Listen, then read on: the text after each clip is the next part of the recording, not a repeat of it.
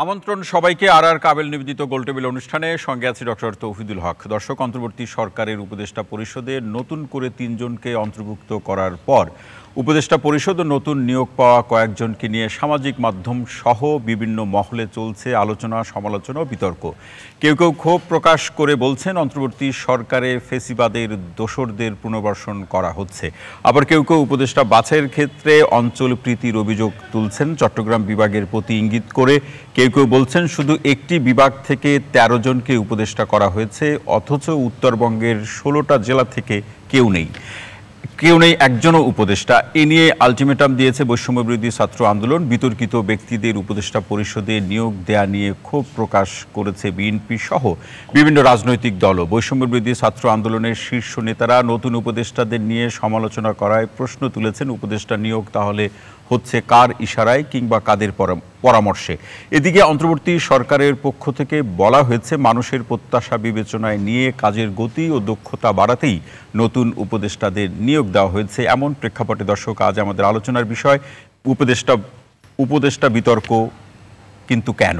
আর এই বিষয়ে আলোচনা করার জন্য স্টুডিওতে উপস্থিত আছেন জাতীয়তাবাদী কৃষক দলের সাধারণ সম্পাদক শহীদুল ইসলাম বাবুল, গণ অধিকার পরিষদের সাধারণ সম্পাদক মোহাম্মদ রাশেদ খান, ঢাকা বিশ্ববিদ্যালয়ের শিক্ষক অধ্যাপক ডক্টর শামীম রেজা, বৈষম্যবিরোধী ছাত্র আন্দোলনের কেন্দ্রীয় সমন্বয়ক লুৎফর রহমান, জাতীয় নাগরিক কমিটির সদস্য এস.এম. শাহরিয়ার এবং আমাদের সঙ্গে আরও উপস্থিত আছেন জাতীয়তাবাদী গণতান্ত্রিক আন্দোলন এনডিএম-এর চেয়ারম্যান ববি হাজ্জাজ।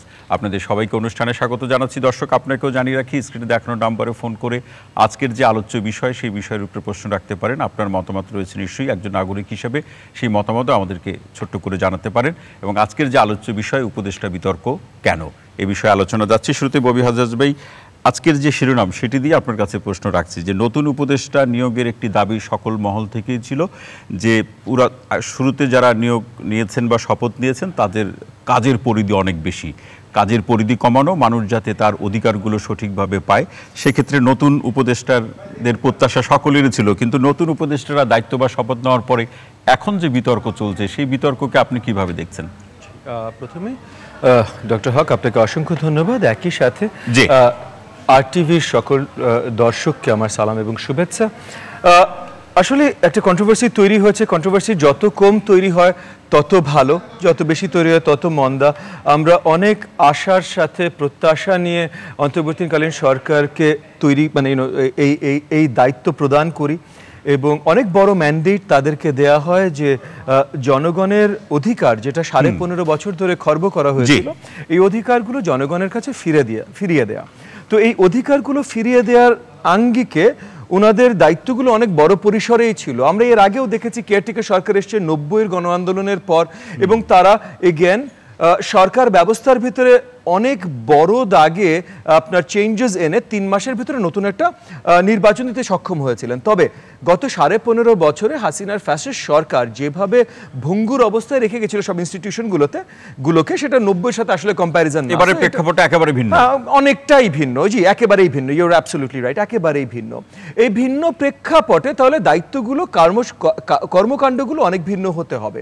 সো এই ভিন্ন জায়গা থেকে আমরাও অন্তর্বর্তীকালীন সরকারকে বারবার আহ্বান জানিয়েছিলাম যে বড় দাগে যেই সংস্কারগুলো করা দরকার সেটার জন্য বড় দাগে অন্তর্বর্তীকালীন সরকারের পরিধিও বৃদ্ধির প্রয়োজন, এবং শুধু বৃদ্ধি না, অন্তর্বর্তীকালীন সরকারের ভেতরে স্পেসিফিক কিছু ধরনের অভিজ্ঞতা নিয়ে আসাটাও গুরুত্বপূর্ণ।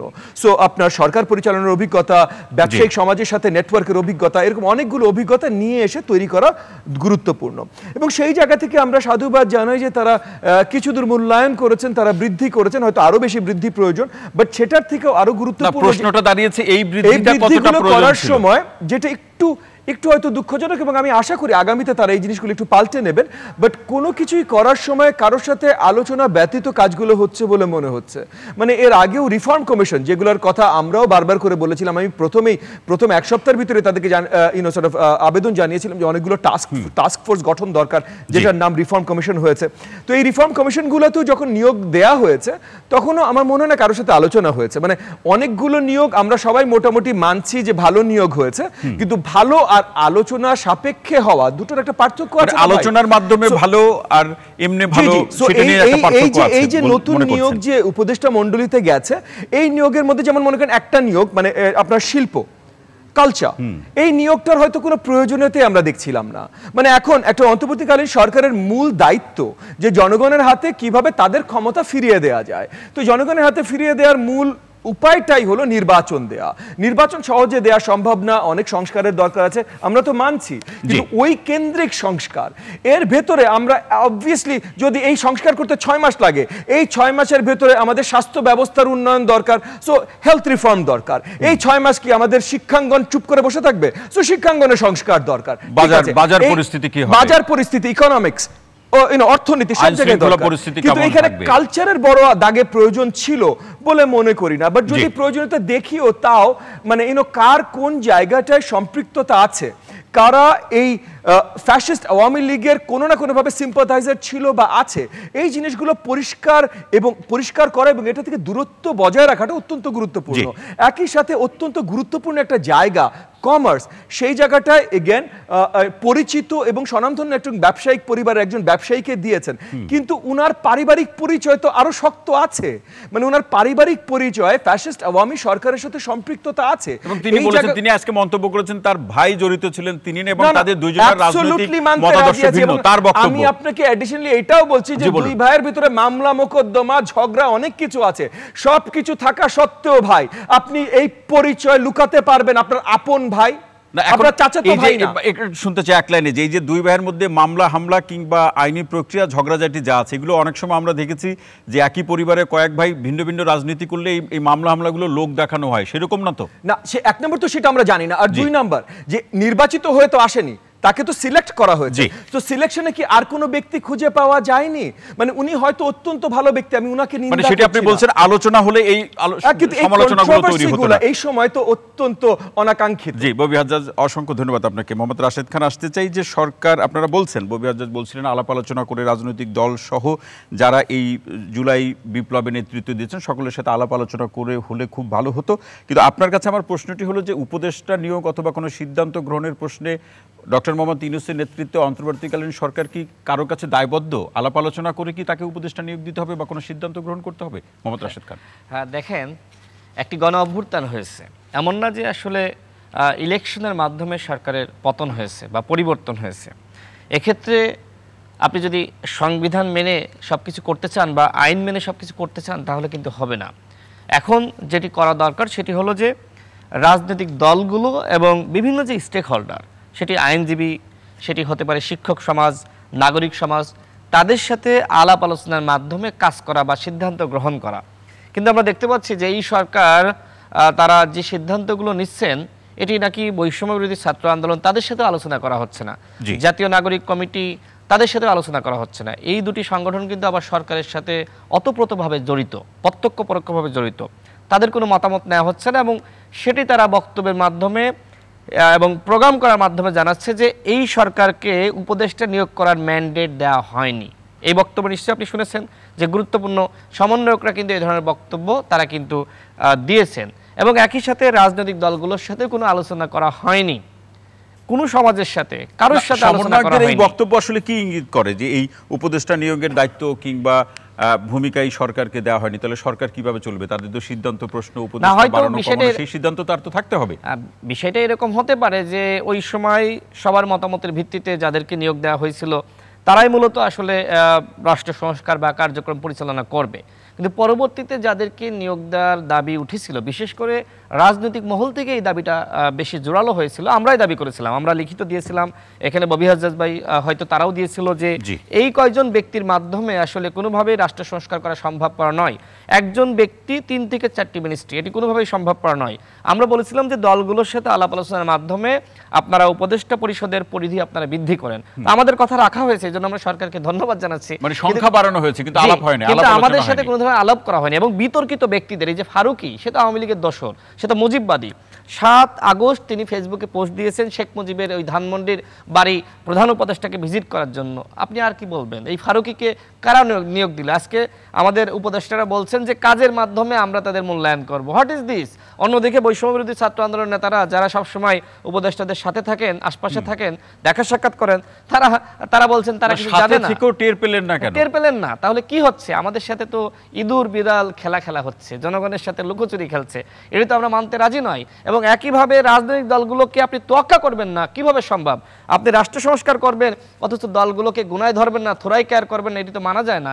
দলগুলোর সহযোগিতা ছাড়া তো আপনি একদিনও টিকতে পারবেন না। পারবেন? দলগুলো যদি আজকে আপনাকে অসহযোগিতা শুরু করে, কালকে আপনাকে সরে যেতে হবে। সুতরাং দলগুলোকে অবজ্ঞা করে আপনি যদি মনে করেন যে আপনি রাষ্ট্র সংস্কার একলাই করে ফেলাবেন, রাষ্ট্র সংস্কার শুধু ডক্টর ইউনূসের বা অন্তর্বর্তীকালীন সরকারের একলার ব্যাপার না।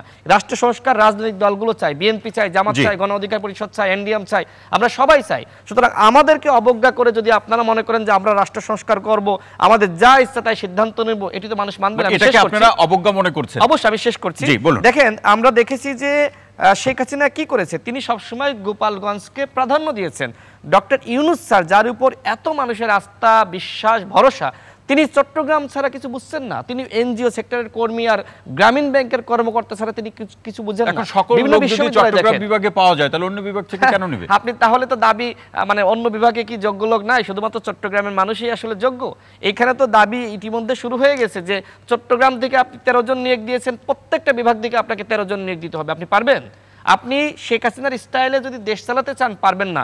শেখ হাসিনা যেমন গোপালগঞ্জ ছাড়া আর কিছু বুঝতো না, শেখ হাসিনা যেমন নিজের আশপাশের আত্মীয় স্বজন ছাড়া কিছু বুঝতো না, ঠিক একইভাবে ডক্টর ইউনূস যদি মনে করে আমি চট্টগ্রাম এবং আমার আশপাশের যারা আমার হামলা মামলার সময় আমার পাশে ছিল, মামলার সময় সরকারের স্টাইলের সাথে ডক্টর মোহাম্মদ ইউনূসের অন্তর্বর্তীকালীন সরকারের স্টাইলের একটা মিল খুঁজে পাচ্ছেন আপনি? আমি মনে হচ্ছে যে এই মুহূর্তে সেটি আমার কাছে মনে হয়েছে যে হাসিনা যেভাবে এককভাবে সিদ্ধান্ত নিত, কয়েকটি কাজে আমার কাছে মনে হয়েছে যে এই সরকার এককভাবে সিদ্ধান্ত নিচ্ছে। দলগুলোকে, বিশেষ করে যারা আসলে মেন স্টেক হোল্ডার, দলগুলোকে বাদ দিয়ে তো অভ্যুত্থান হয়নি। এই যে অভ্যুত্থান হয়েছে, এখানে রাজনৈতিক দলগুলোর ব্যাপক ভূমিকা আছে, সেটি তো অবজ্ঞা করা হচ্ছে। ডক্টর ইউনূস স্যার নিজেই অবজ্ঞা করছেন। তিনি বলছেন ছাত্ররা আমাকে নিয়োগ দিয়েছে আর জনগণ আমাকে সমর্থন দিয়েছে। তো দলগুলো কি করেছে? জি, আরো আলোচনা শুনবো। মোহাম্মদ রাশেদ খান, অসংখ্য ধন্যবাদ। লুৎফর রহমান আসতেছে। আপনি শুনলেন, আপনাদের বৈষম্য বিরোধী ছাত্র আন্দোলনের পক্ষ থেকেও বলা হয়েছে নতুন উপদেষ্টা নিয়োগ হওয়ার পরে আপনারা কতটা জানতেন, যেটি আমাদের রাশেদ খান বললেন যে জাতীয় নাগরিক কমিটি এবং বৈষম্য বিরোধী ছাত্র আন্দোলন আপনারা সরকারের সাথে খুবই ঘনিষ্ঠ, এবং সেই ঘনিষ্ঠ এই অর্থে যাতে সরকারের কার্যক্রমে কোনো ঘাটতি না থাকে, জনগণের চাহিদা যাতে পূরণ হয়। কিন্তু আপনারাই বলছেন আপনারাই জানেন না, তাহলে আসলে বিষয়টা কি দাঁড়ালো? প্রথমে ধন্যবাদ আরটিপিকে। রাশেদ ভাই যেটা বললেন আমরা সরকারের সাথে খুবই ঘনিষ্ঠ, এই কথাটি আসলে আমিও বুঝলাম না, কারণ এ পর্যন্ত আমার ব্যক্তিগতভাবে কোনো উপদেষ্টার সাথে বসা, থাকা বা পাশাপাশি ঘোরা এরকম কিছু হয়নি। আমি আমার একটি কাজের জায়গা, আমি জাতীয় বন্যা পুনর্বাসন কমিটির একজন ছাত্র প্রতিনিধি, সেই হিসাবে আমি ছাত্র প্রতিনিধি হিসাবে তার আমাদের ত্রাণ মন্ত্রণালয়ের যিনি দায়িত্বপ্রাপ্ত উপদেষ্টা তার সাথে আমার কথা হয়েছে। আমি আমি আমি আসছি।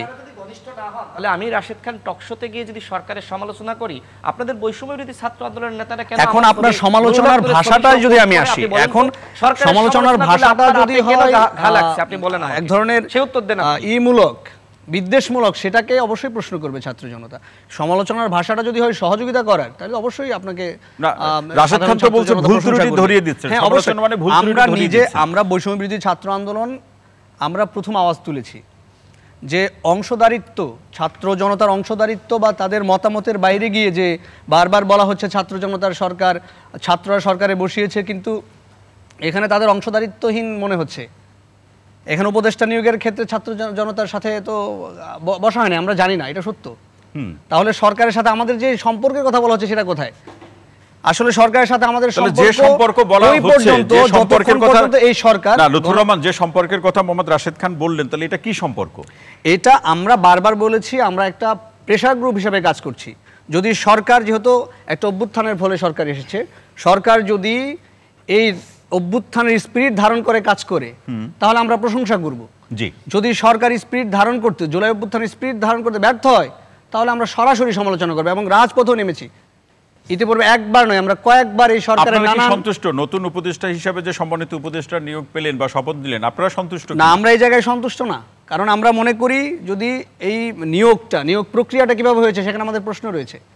এই প্রক্রিয়ার ভেতরে রাজনৈতিক দলের যেমন এক ধরনের ইয়ে লাগে, পাশাপাশি যারা অভ্যুত্থানের যে নেতৃত্বে যারা ছিল, জি, বৈষম্য বিরোধী ছাত্র আন্দোলন সাথে ছাত্র জনতার যে নেতৃত্ব, তাদেরকে আপনি এড়িয়ে গিয়ে একটি উপদেষ্টা করবেন আর সেটা সহজে মেনে নেবে, এটা তো হবে না।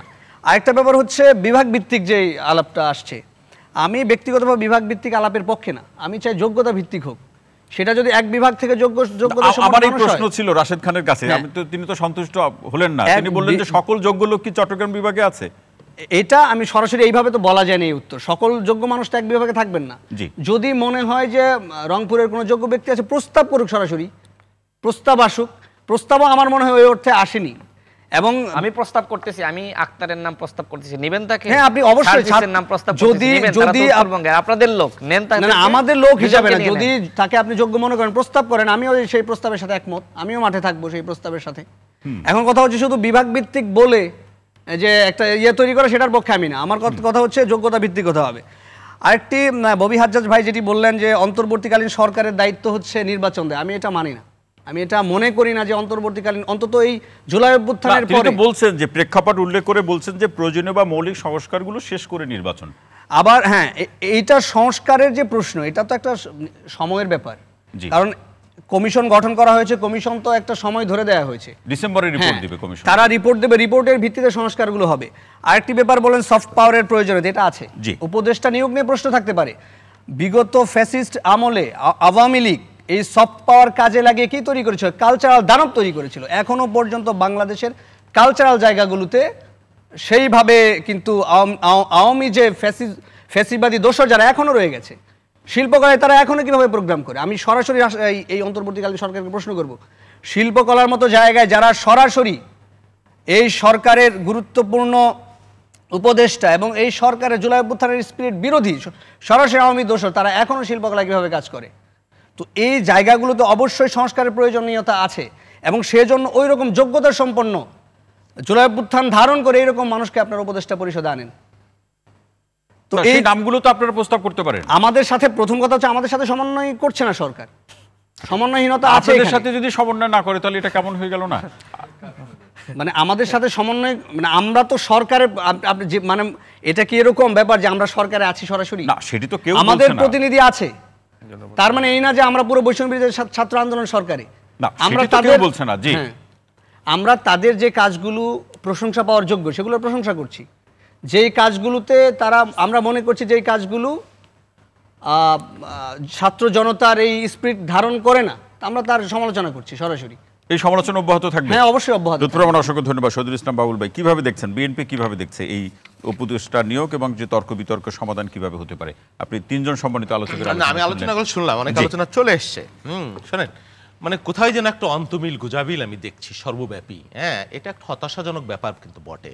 এই যে জুলাইয়ের যে অভ্যুত্থান, এটা কিন্তু একটা মানুষের একটা বিপুল আকাঙ্ক্ষা, বিপুল রক্ত, এই রক্তের বিনিময়ে অর্জিত সরকার। বারবার আমাদের পক্ষ থেকে বলা হয়েছে এই সরকার ব্যর্থ হলে এই জাতি রাষ্ট্রের বিরাট ক্ষতি হয়ে যাবে, কিন্তু আমরা লক্ষ্য করছি না। আপনার শুরুতেই ব্যর্থতার কথা মনে করি? না না না না না না, ব্যর্থতার কথা আসছে তো, এই যে সমালোচনা আসছে, এই যে কি ব্যত্যয় দেখছি আমরা, বা এই যে অনিয়ম দেখছি আমরা, এইটা না হলেও তো পারত।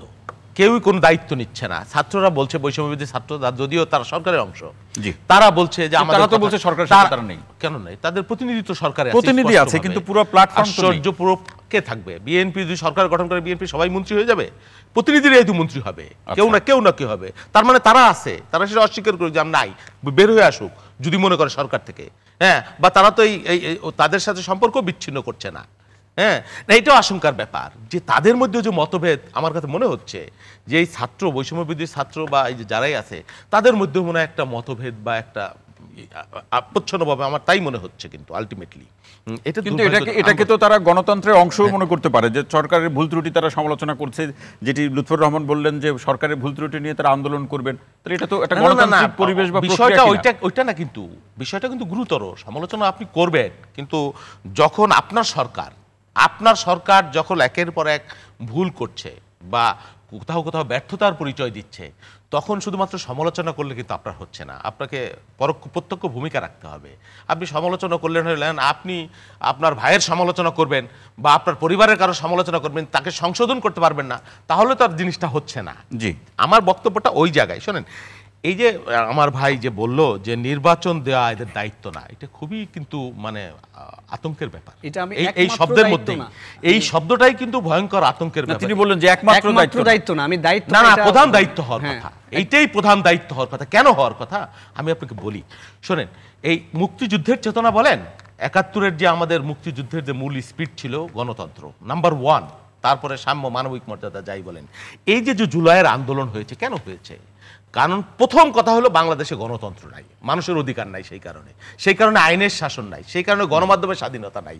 একটার সাথে আরেকটা কিন্তু প্রত্যক্ষভাবে জড়িত।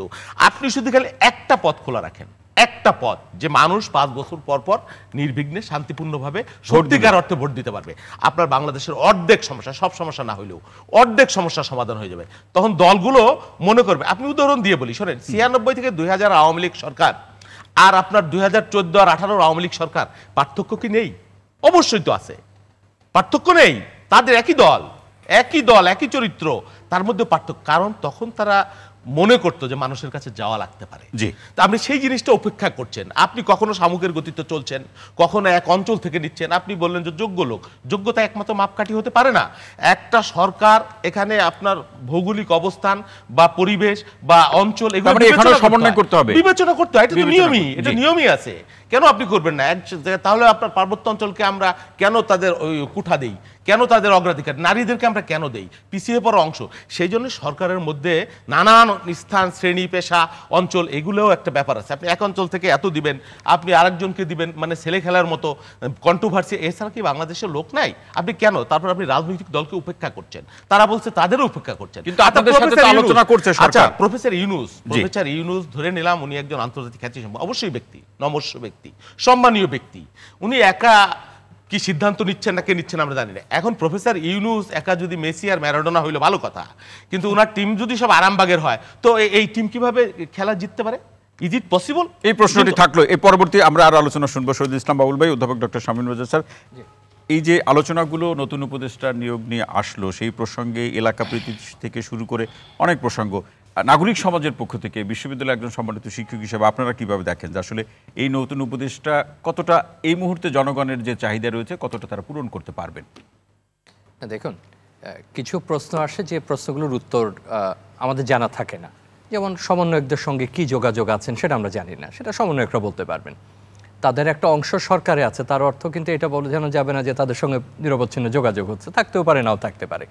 আমরা জানি না যে ধরুন বাবুল ভাইয়ের দলের সঙ্গে সরকারের কি ধরনের আনুষ্ঠানিক অনানুষ্ঠানিক আলোচনা হয়। আমরা তো একটা ছবি দেখি, আমরা গোজামিল দিই, আলোচনার স্বার্থে বলি অনেক কিছু অনুমান করে, কিন্তু আমরা আসলে তথ্য রাখি না যে সত্যিই তাদের সঙ্গে আলোচনা হয় কিনা, সমন্বয়কদের সঙ্গে আলোচনা হয় কিনা। আমরা কিন্তু অনেক ক্ষেত্রে একটা অবস্থান থেকে পর্যবেক্ষণের চেষ্টা করি। যেমন লুৎফর বলছেন যে তারা প্রেশার গ্রুপ হিসাবে কাজ করবেন, তাদের একটা অংশ একসময় রাজনৈতিক দল গঠন করবেন কি করবেন এই সংক্রান্ত কিন্তু আলোচনা উঠেছিল। বাট আমরা নিশ্চিতভাবে বলতে পারি আলোচনা তো এখনো আছে। আমরা কেউ প্রত্যাশা করেছি যে তারা প্রেশার গ্রুপ হিসাবে থাক, আবার কেউ আমরা মনে করছি যদি বিপ্লবী তারা সাধন করে থাকে তাহলে কতদিন তারা প্রেশার গ্রুপ হিসাবে থাকবেন, তাদের মধ্যে একটা অংশ রাজনৈতিক দল গঠন করতেই পারেন। অতএব এই মালাগাথা খুব কঠিন কাজ, কারণ অনানুষ্ঠানিক আলোচনা কার সঙ্গে কোথায় হচ্ছে, কিভাবে হচ্ছে, সেগুলো জানতে গেলে আমাদের বহু বছর অপেক্ষা করতে হবে। অনেক ফুল নিয়ে বিভিন্ন ধরনের ফুল নিয়ে একই মালাগাথা সম্ভব হবে কিছু হয়তো তাদের বক্তব্য থেকে বের করতে পারে। আমি যেভাবে বুঝি, এই সরকারের একাধিক উপদেষ্টা আছেন যারা দৃশ্যমানই নন। এখন আপনি যদি বলেন যে তারা আসলে দৃশ্যমান কি অর্থে, কাজের অর্থে না টেলিভিশনে দেখা যায় না? সেই না, টেলিভিশনে একমাত্র দৃশ্যমান হবার কিন্তু জায়গা না, আবার জায়গাও। আপনি যখন কাজ করবেন তখন তো ক্যামেরা আপনার দিকে যাবেই, আপনি যখন কাজ করবেন বের হবেন তখন তো গণমাধ্যম আপনাকে বলবেই। এখন তো সামাজিক মাধ্যমের যুগ, আপনি কাজ করলে তো আপনার পছন্দের লোক তো থাকবেই, আপনাকে কেউ না কেউ প্রমোট করতে চাইবে। দৃশ্যমানতার অর্থ কিন্তু কেবল ক্যামেরা বা পত্রিকায় রাখা অর্থে বলা হচ্ছে না। একটা বড় বিপ্লব ঘটেছে, সেই বিপ্লবের পরে আপনি সবাইকে কি ঢাকার বাইরেও দেখতে পেয়েছেন? মানে ঢাকার বাইরে গিয়ে তারা তাদের যে আপনি তার যে মন্ত্রণালয়, তার যে দপ্তর, সেই পরিমাণ কি আপনি দেখতে পান? তাহলে তো এই প্রশ্ন আমি উঠাতেই পারি যে আপনি ঢাকার বাইরে যান না কেন, ঢাকার বাইরে আপনাকে দৃশ্যমান দেখি না কেন? কি নিরাপত্তার কারণে? তা নিরাপত্তারই যদি কারণ থাকে তাহলে এই সরকার অপারেট করবে কি করে, সরকার কাজ করবে কি করে? দৃশ্যমানতার আরও অনেক অর্থ হতে পারে। আমি কারো নাম ধরে বলছি না, নাম ধরে বলাটা আমি পছন্দ করি না, বা আমি রাজনৈতিক দলের কেউ না যে নাম উল্লেখ করে তাদেরকে বলবো। এই সরকার এখন পর্যন্ত আমি অবৈতনিক কোনো পদ দেখছি না। এত বড় একটা বিপ্লব ঘটে গেল, এরকম ক্ষেত্রে প্রচুর অবৈতনিক পদ থাকে, যে আমি তহিদ আপনার উপদেশ, আমি কোনো বেতন নেব না, কোনো সুযোগ সুবিধা নেব না, আমি ভলান্টারিলি আপনার জন্য কাজ করে দেবো। এই রাষ্ট্রে যে স্পিরিট তৈরি করলেন ছাত্র জনতা, সেই স্পিরিটের প্রতিফলন তো আমি প্রথমেই কাউকে বললাম না যে আমি মার্সিডিজে চলবো না, আমার এটা দরকার নেই। আমি আপনার অবৈতনিক উপদেষ্টা হিসাবে আপনি শুধু মর্যাদা দেন, আপনি শুধু ওই সুযোগটুকু দেন যাতে আমার কর্তৃত্ব থাকে কাজ করবার, আর কোনো কিছু আমাকে দিতে হবে না। তার মানে এখানে দৃশ্যমান নন এমন অনেককে আমরা দেখতে পাচ্ছি, বিভিন্ন পোর্টফোলিও রয়েছে, তারা কি কাজ করেন সেটা দেখতে পাচ্ছি। আপনার যদি বিরতিতে যেতে হবে, আপনি শেষ করলাম, তারপরে আমি যে কথাটা বলি, সংখ্যা প্রতিনিধিত্বের প্রসঙ্গ আসে নিয়মিত সরকারের ক্ষেত্রে। যখন রাজনৈতিক দলের সরকার থাকে তখন সে প্রতিনিধিত্বের কথাটা বারবার বলে এবং সে মনে করে আমি জেলা থেকে দিলাম কিনা, বিভাগ থেকে দিলাম কিনা, কারণ তাকে রাজনৈতিক দল সামলাতে হয়। এই প্রসঙ্গগুলোতে সমন্বয় আলাপ আলোচনার মধ্যে দিয়েই এটি করলে ভালো হতো। বিষয়টা কিন্তু ওরকম না। আমরা যদি বিরতির পরে বলতে আমরা বিরতির পরে শুনছি, সেটাই বিরতির পরে আমি শুনছি। এবং আমি প্রশ্নটি এস এম শাহরিয়ার আপনার কাছে রেখে যাই, আমরা একই সাথে শুনতে পারলে খুব ভালো হতো, ক্ষমা সুন্দর দৃষ্টিতে দেখবেন। সেটি হচ্ছে যে বৈষম্যবিরোধী ছাত্র আন্দোলন নতুন উপদেষ্টা নিয়োগ করে লুৎফর রহমান যে বক্তব্য রাখলেন, জাতীয় নাগরিক কমিটির সাথে সরকারের যে প্রসঙ্গ, সরকারের ভুল ত্রুটি ধরিয়ে দেওয়া কিংবা কিভাবে ভালো হতে পারে, জনগণের অধিকার কিভাবে পূরণ হতে পারে, এই প্রসঙ্গে বৈষম্যবিরোধী ছাত্র আন্দোলন যা আজকে বলল, লুৎফর রহমান যা বলল, আপনার ভাবনাও কি একই রকম কিনা সেই প্রসঙ্গটি শুনবো, তবে বিরতির পর। প্রিয় দর্শক, আপনারা দেখছেন আমাদের বিশেষ আলোচনা অনুষ্ঠান গোলটেবিল। ছোট্ট বিরতি শেষে আবারও ফিরছি, সঙ্গেই থাকুন।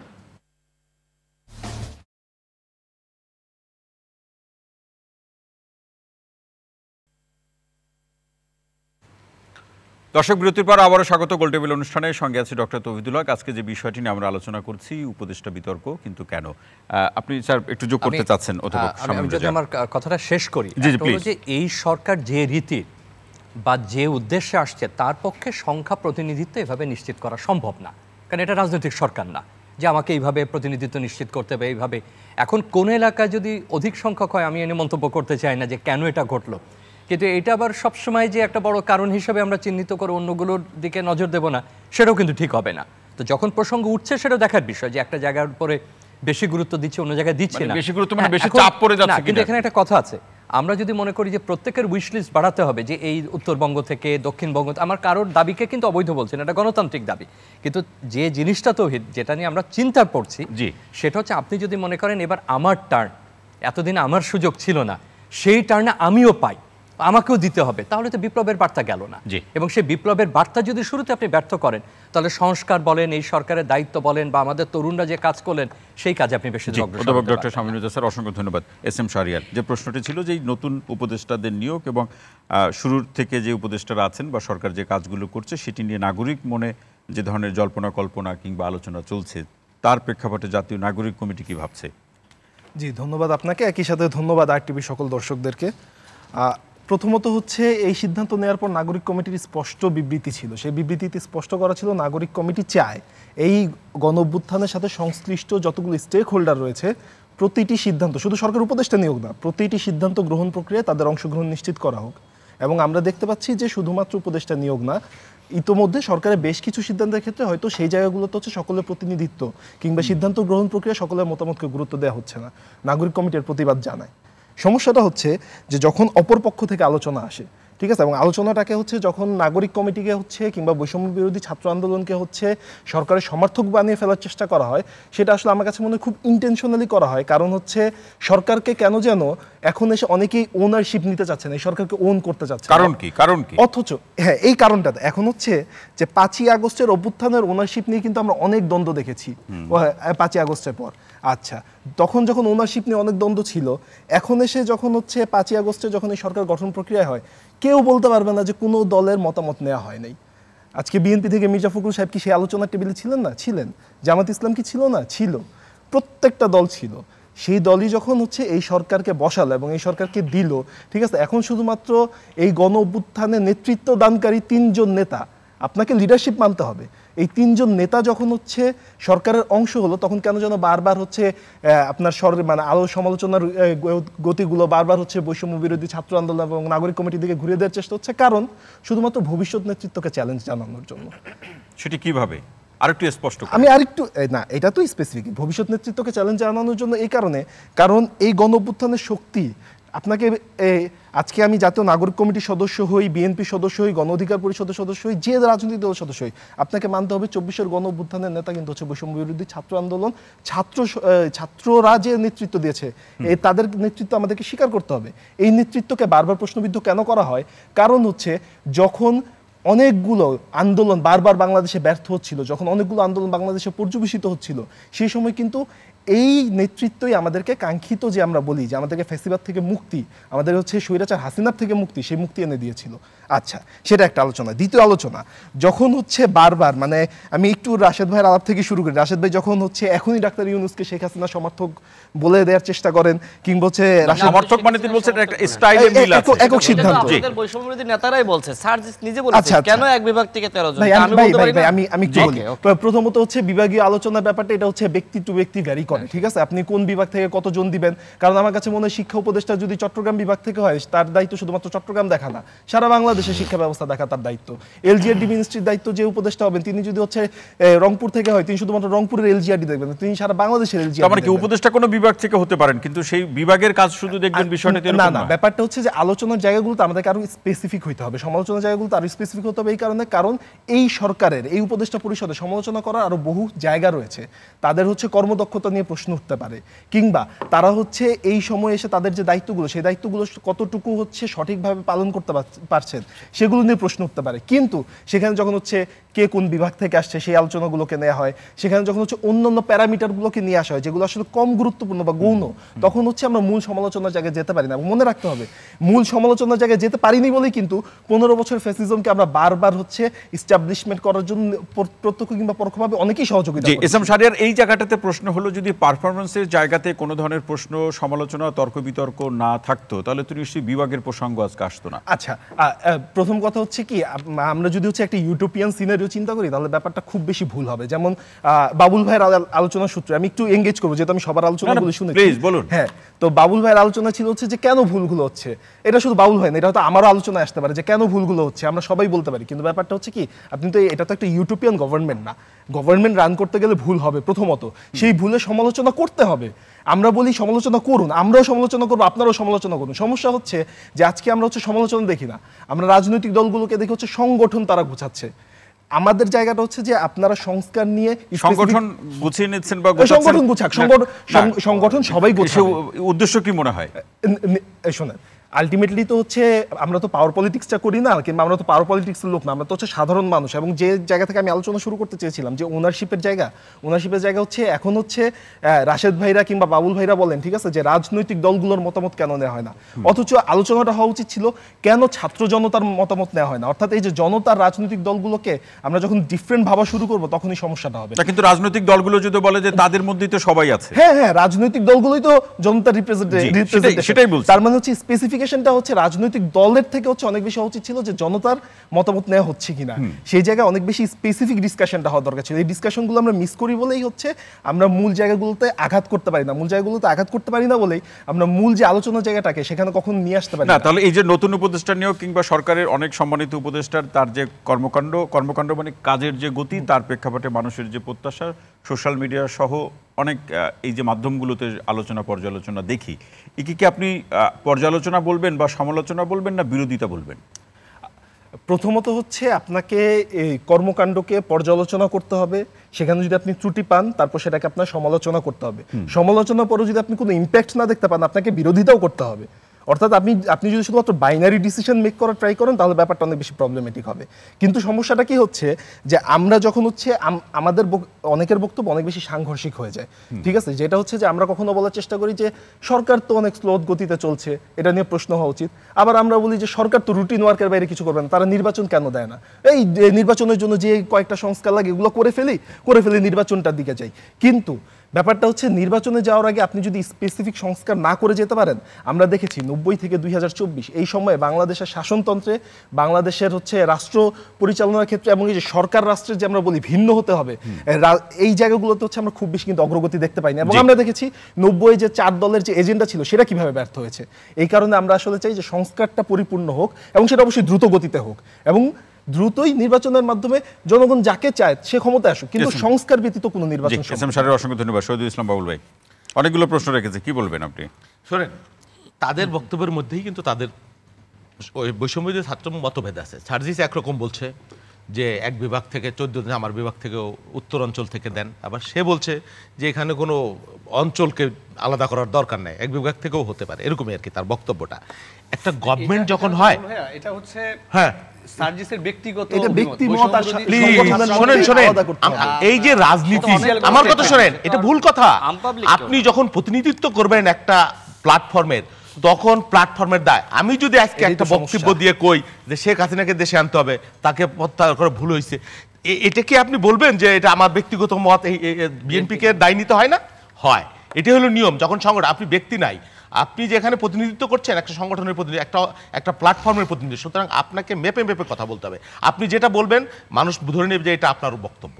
আপনাদের মধ্যে বিভ্রান্তি দেখছি, হয় কি ওই যে বিপ্লবের কথা বললো বা অভ্যুত্থান যাই বলেন, যখন অভ্যুত্থানের পরবর্তী সময়ে ছাত্ররা, আমার বক্তব্য এটা, ছাত্ররাই সরকারে না গেলে ভালো করতো। তারা যে প্রেশার গ্রুপ, সেই প্রেশার গ্রুপই এখন তো কেউ কেউ ভাবছে তাদের মধ্যেও অনৈক্য চলে আসছে দেখছি। যদি এই ক্ষমতার পার্ট তারা না হইতো, তাহলে কিন্তু দেশ রাষ্ট্র আগামী দিনের জন্য তারা আরো ভালো ভূমিকা রাখতে পারতো। যখনই মানে বিত্ত বৈভব বা ক্ষমতার পার্ট এই একটা প্রবণতা মানুষের মধ্যে চলে আসে, তাদের মধ্যে আসছে, সেটা আমি বলছি না, তখন কিন্তু ওই বিপ্লবের মিনিং ব্যর্থ হয়ে যায়। এখন আপনি রাজনৈতিক দলের মতামত নেবেন না, আপনি সংস্কার করবেন, ভালো কথা। আরে ভাই, সংস্কার তো আপনি এখন বলছেন। আমরা রাজনৈতিক দল হিসেবে 3 বছর আগে সংস্কার যা যা প্রয়োজন তার 70% 80% আমরা বলে দিছি, যে প্রেসিডেন্ট প্রধানমন্ত্রীর মধ্যে ক্ষমতার 31 দফা। আপনি বলেন না 31 দফা বাদ দেন, প্রধান আমি বলছি 2 টার্মের বেশি কেউ প্রধানমন্ত্রী হতে পারবে না। আমি বলছি পার্লামেন্ট উচ্চ কক্ষ নিচ্চ কক্ষ। আমি বলছি যে পারস্পরিক হিংসা বিদ্বেষ এর পরিবর্তে একটা ন্যাশনাল রিকনসিলিয়েশন কমিটি আমি গ্রহণ করব। এই যে বা তত্ত্বাবধায়ক সরকারের যে ইস্যু, সেটা নিয়ে বিএনপি কাজ করছে। পার্মানেন্ট তত্ত্বাবধায়ক সরকার ব্যবস্থা কিভাবে পঞ্চদশ সংশোধনী বাতিল করে, এর বাইরেও সংস্কার আছে নিশ্চয়ই। আপনি বলছেন এই সংস্কার তো বিএনপি বলছে, আপনি বলেন পরপর 2 টার্মের বেশি প্রধানমন্ত্রী হতে পারবে না। তাহলে এই সরকার কি কোনো সংস্কার করবে না? আমি বলছি করবে, হ্যাঁ করবে, অবশ্যই করবে, কেন করবে না? আমি বলছি 2 টার্মের বেশি প্রধানমন্ত্রী, বিএনপির হাত পা বেঁধে দিচ্ছে না। আপনি দেখেন BNP as a political party কোনো পোস্টার ব্যানার আমরা উৎঘাটন করেছি, এই হুন্ডা মহড়া চলছে না। তারেক রহমান আমার পার্টির ভারপ্রাপ্ত চেয়ারম্যান, তার জন্মদিন 20 তারিখে পার্টির পক্ষ থেকে ঘোষণা দেওয়া হয়েছে যে কোনো জন্মদিনের উৎসব হবে না। তো এই পার্টি, এটাও তো একটা সংস্কারের অংশ।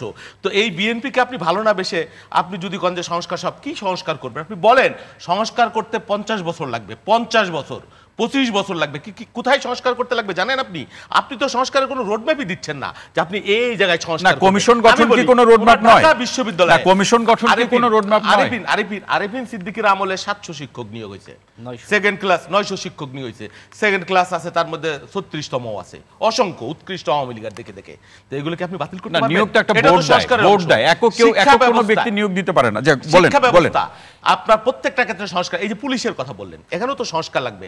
আওয়ামী লীগের আমলে যত পুলিশ নিয়োগ হয়েছে, আপনি সব পুলিশ বাতিল করে দিতে পারবেন? ওই পর্যন্ত আপনার ক্ষমতায় থাকতে হবে। যতক্ষণ পর্যন্ত আপনার বাতিল না করেন, ওই পর্যন্ত আপনি সংস্কার করবেন। আপনার মনোযোগে তো সংস্কার লাগে, আপনার কাজ এটা না। আপনি সংবিধান সংশোধন করবেন, কি করবেন, এটা তো নেক্সট পার্লামেন্ট। শহীদুল ইসলাম বাবুল, আমি এই প্রশ্নটা আপনাকে রাখতেই চাই যে আসলে এই সরকারের কাছে প্রতিটা রাজনৈতিক দলের তো আলাদা আলাদা করে প্রত্যাশা আছে, আবার সমন্বিত প্রত্যাশাও রয়েছে। বিএনপি স্পষ্ট করে কি চায়, সেটা কি বিএনপির ধারণা স্পষ্ট আছে? আরে ভাই, আমি সমালোচনা করলেই আপনি বলতেছেন না না, সমালোচনা আপনাদের কোন সিনিয়র নেতা তো বিএনপি এক একদিন এক এক ধরনের কথা বলছেন, মতো ভোটের জন্য পাগল হয়ে গেছে। নিশ্চয় না, সেটা আমরা বলছি না, সেটা আমরা বলছি না। এটা খুব মিসলিড করা হচ্ছে বিভিন্ন জায়গায়, বিভিন্ন মিডিয়ায়, যে বিএনপি আমাদের অনুষ্ঠানে আমরা এই ধরনের কোনো কথা বলি না। না না না, অনেকেই বলছে, অনেকে বলছে যে অনেকে বলতে পারে কে ভোটে ক্ষমতায় যাওয়ার জন্য ওই বিপ্লব হয় নাই। আরে ভাই, বিএনপি নিয়ে কোনো স্টেটমেন্টই দেয়নি। না না না, আপনারা অনেকেই দিচ্ছে। আরে কি বলে, এটা তো মানে ওপেন সিক্রেট। এটা যখন প্রশ্ন এভাবে আসে যে বিএনপির পড়ালেখা পাগল হয়ে গেছে, এই প্রশ্ন আসছে এবং বিভিন্ন জায়গা থেকে আসছে। আরে ভাই, আপনার গণ অভ্যুত্থানের নির্যাস কি, গণ অভ্যুত্থানের স্পিরিটটা কি? আপনি কোটা বিরোধী আন্দোলন দিয়ে শুরু করছেন, বাট এর নির্যাস তো মানুষের অধিকারহীনতা, তার মধ্যে অন্যতম গণতন্ত্রের স্পিরিট। আপনি ভোটের মাধ্যমে যদি সরকার গঠিত হয়, আরো দেখেন, শোনেন আমি বলি, এই সরকারের দুর্বলতা কোথায়? এমনিতে এই সরকার একটা দুর্বল সরকার, কারণ তাদের রাজনৈতিক অভিজ্ঞতা নাই। আমি বলি যে আল্লাহ দুনিয়া তৈরি করেছেন এবং দুনিয়া রাজনীতিবিদদের হাতে ছেড়ে দিয়েছেন। এই যে রাজনৈতিক নেতৃত্ব, রাজনৈতিক দল, শোনেন, রাজনৈতিক দল, এদের জীবন লাগে একটা রাজনীতি। আমি বলি, আপনারা বলছেন যে এই সরকারের অন্যতম দুর্বলতা হলো যে নির্বাচনী রোডম্যাপ ঘোষণা করছে না, তাই? নো, সেটা বলছি না। এই সরকার এমনিতে একটা দুর্বল সরকার। কারণ হলো কি, যে এদের পেছনে রাজনৈতিক সমর্থন আছে, কিন্তু প্রত্যক্ষ রাজনৈতিক দল এদের সাথে নাই। এই জায়গাটা, রাজনৈতিক দল ছাড়া আপনি যদি মনে করেন যে আপনি একেবারে সফল সরকার হয়ে যাবেন লং টার্মের জন্য, সব সংস্কার করে ফেলবেন, এটা অসম্ভব। শহীদুল ইসলাম বাবুল ভাই, অসংখ্য ধন্যবাদ। ববি হাজাজ ভাই আসতে চাই। সরকারের দুর্বলতার প্রসঙ্গ নিয়ে শহীদুল ইসলাম বাবুল ভাই বললেন, আপনি কিভাবে দেখছেন সে আসলে দুর্বলতার জায়গাগুলো কি? Thank you. First and foremost আমি একটা জিনিস একটু পরিষ্কার করি, আমি অত্যন্ত আনন্দিত আমাদের সামনে তরুণদের দেখে, তারা যে উচ্ছ্বাস নিয়ে কাজ করছে, তাদের আত্মত্যাগ জুলাই অগস্ট আন্দোলনে বা তার আগেও আমাদের মানে আমাদের তরুণরা যে সামনে দেশের দায়িত্ব সঠিক সুন্দরভাবে নিতে পারবে সেটার আস্থা তাদেরকে দেখলে আমরা পাই। সো একই সাথে তারুণ্যের যেমন এনার্জি আছে, স্পিরিট আছে, শক্তি আছে, তারুণ্যের একটা আর অ্যাডিশনাল পরিচয় আছে, অভিজ্ঞতার একটু স্বল্পতা আছে। সেটার বাস্তবতাটা যত ভালো করে তারা নিজেরাও অনুধাবন করেন তত ভালো। সো তাদেরকে দেশের প্রয়োজন, আমাদের সবার প্রয়োজন, জাতির প্রয়োজন, আমাদের সবার প্রয়োজন। তবে তাদেরও প্রয়োজন সবার সাথে একটু জ্ঞান চর্চা, মানে সবার সাথে একটু আলোচনা করা, সবার কাছে একটু অ্যাডিশনাল শোনা। কারণ এখানে যেমন মনে করেন একটা কথা ছোট্ট করে এসেছে যে নির্বাচন এটার বিরোধিতা, বা দেখেন নির্বাচনের বিরোধিতা আপনি যদি গণতন্ত্র বিশ্বাস করেন আপনি করতে পারেন না, এটা কোনোভাবেই করতে পারেন না, কোনো সময়ই করতে পারেন না, এটা পারেনি না, এটা হয় না। কিন্তু তারাও তো করছে না, তারা বলছে মৌলিক সংস্কার শেষে নির্বাচন। আমি তারা কি বলছে সেটার কথা বলি নাই, don't bring us at loggerheads. হ্যাঁ, আমি তারা কি বলেছে সেটার কথা বলিনি, আমি জাস্ট বলেছি যে কেউ যদি বলে, যেমন একটা কথা উঠেছিল যে আমার একটা কথার পরিপ্রেক্ষিতে একটা কথা, আমি সেই হিসেবে বলছি এবং খুব আদর স্নেহ সব কিছুর সাথেই বলছি।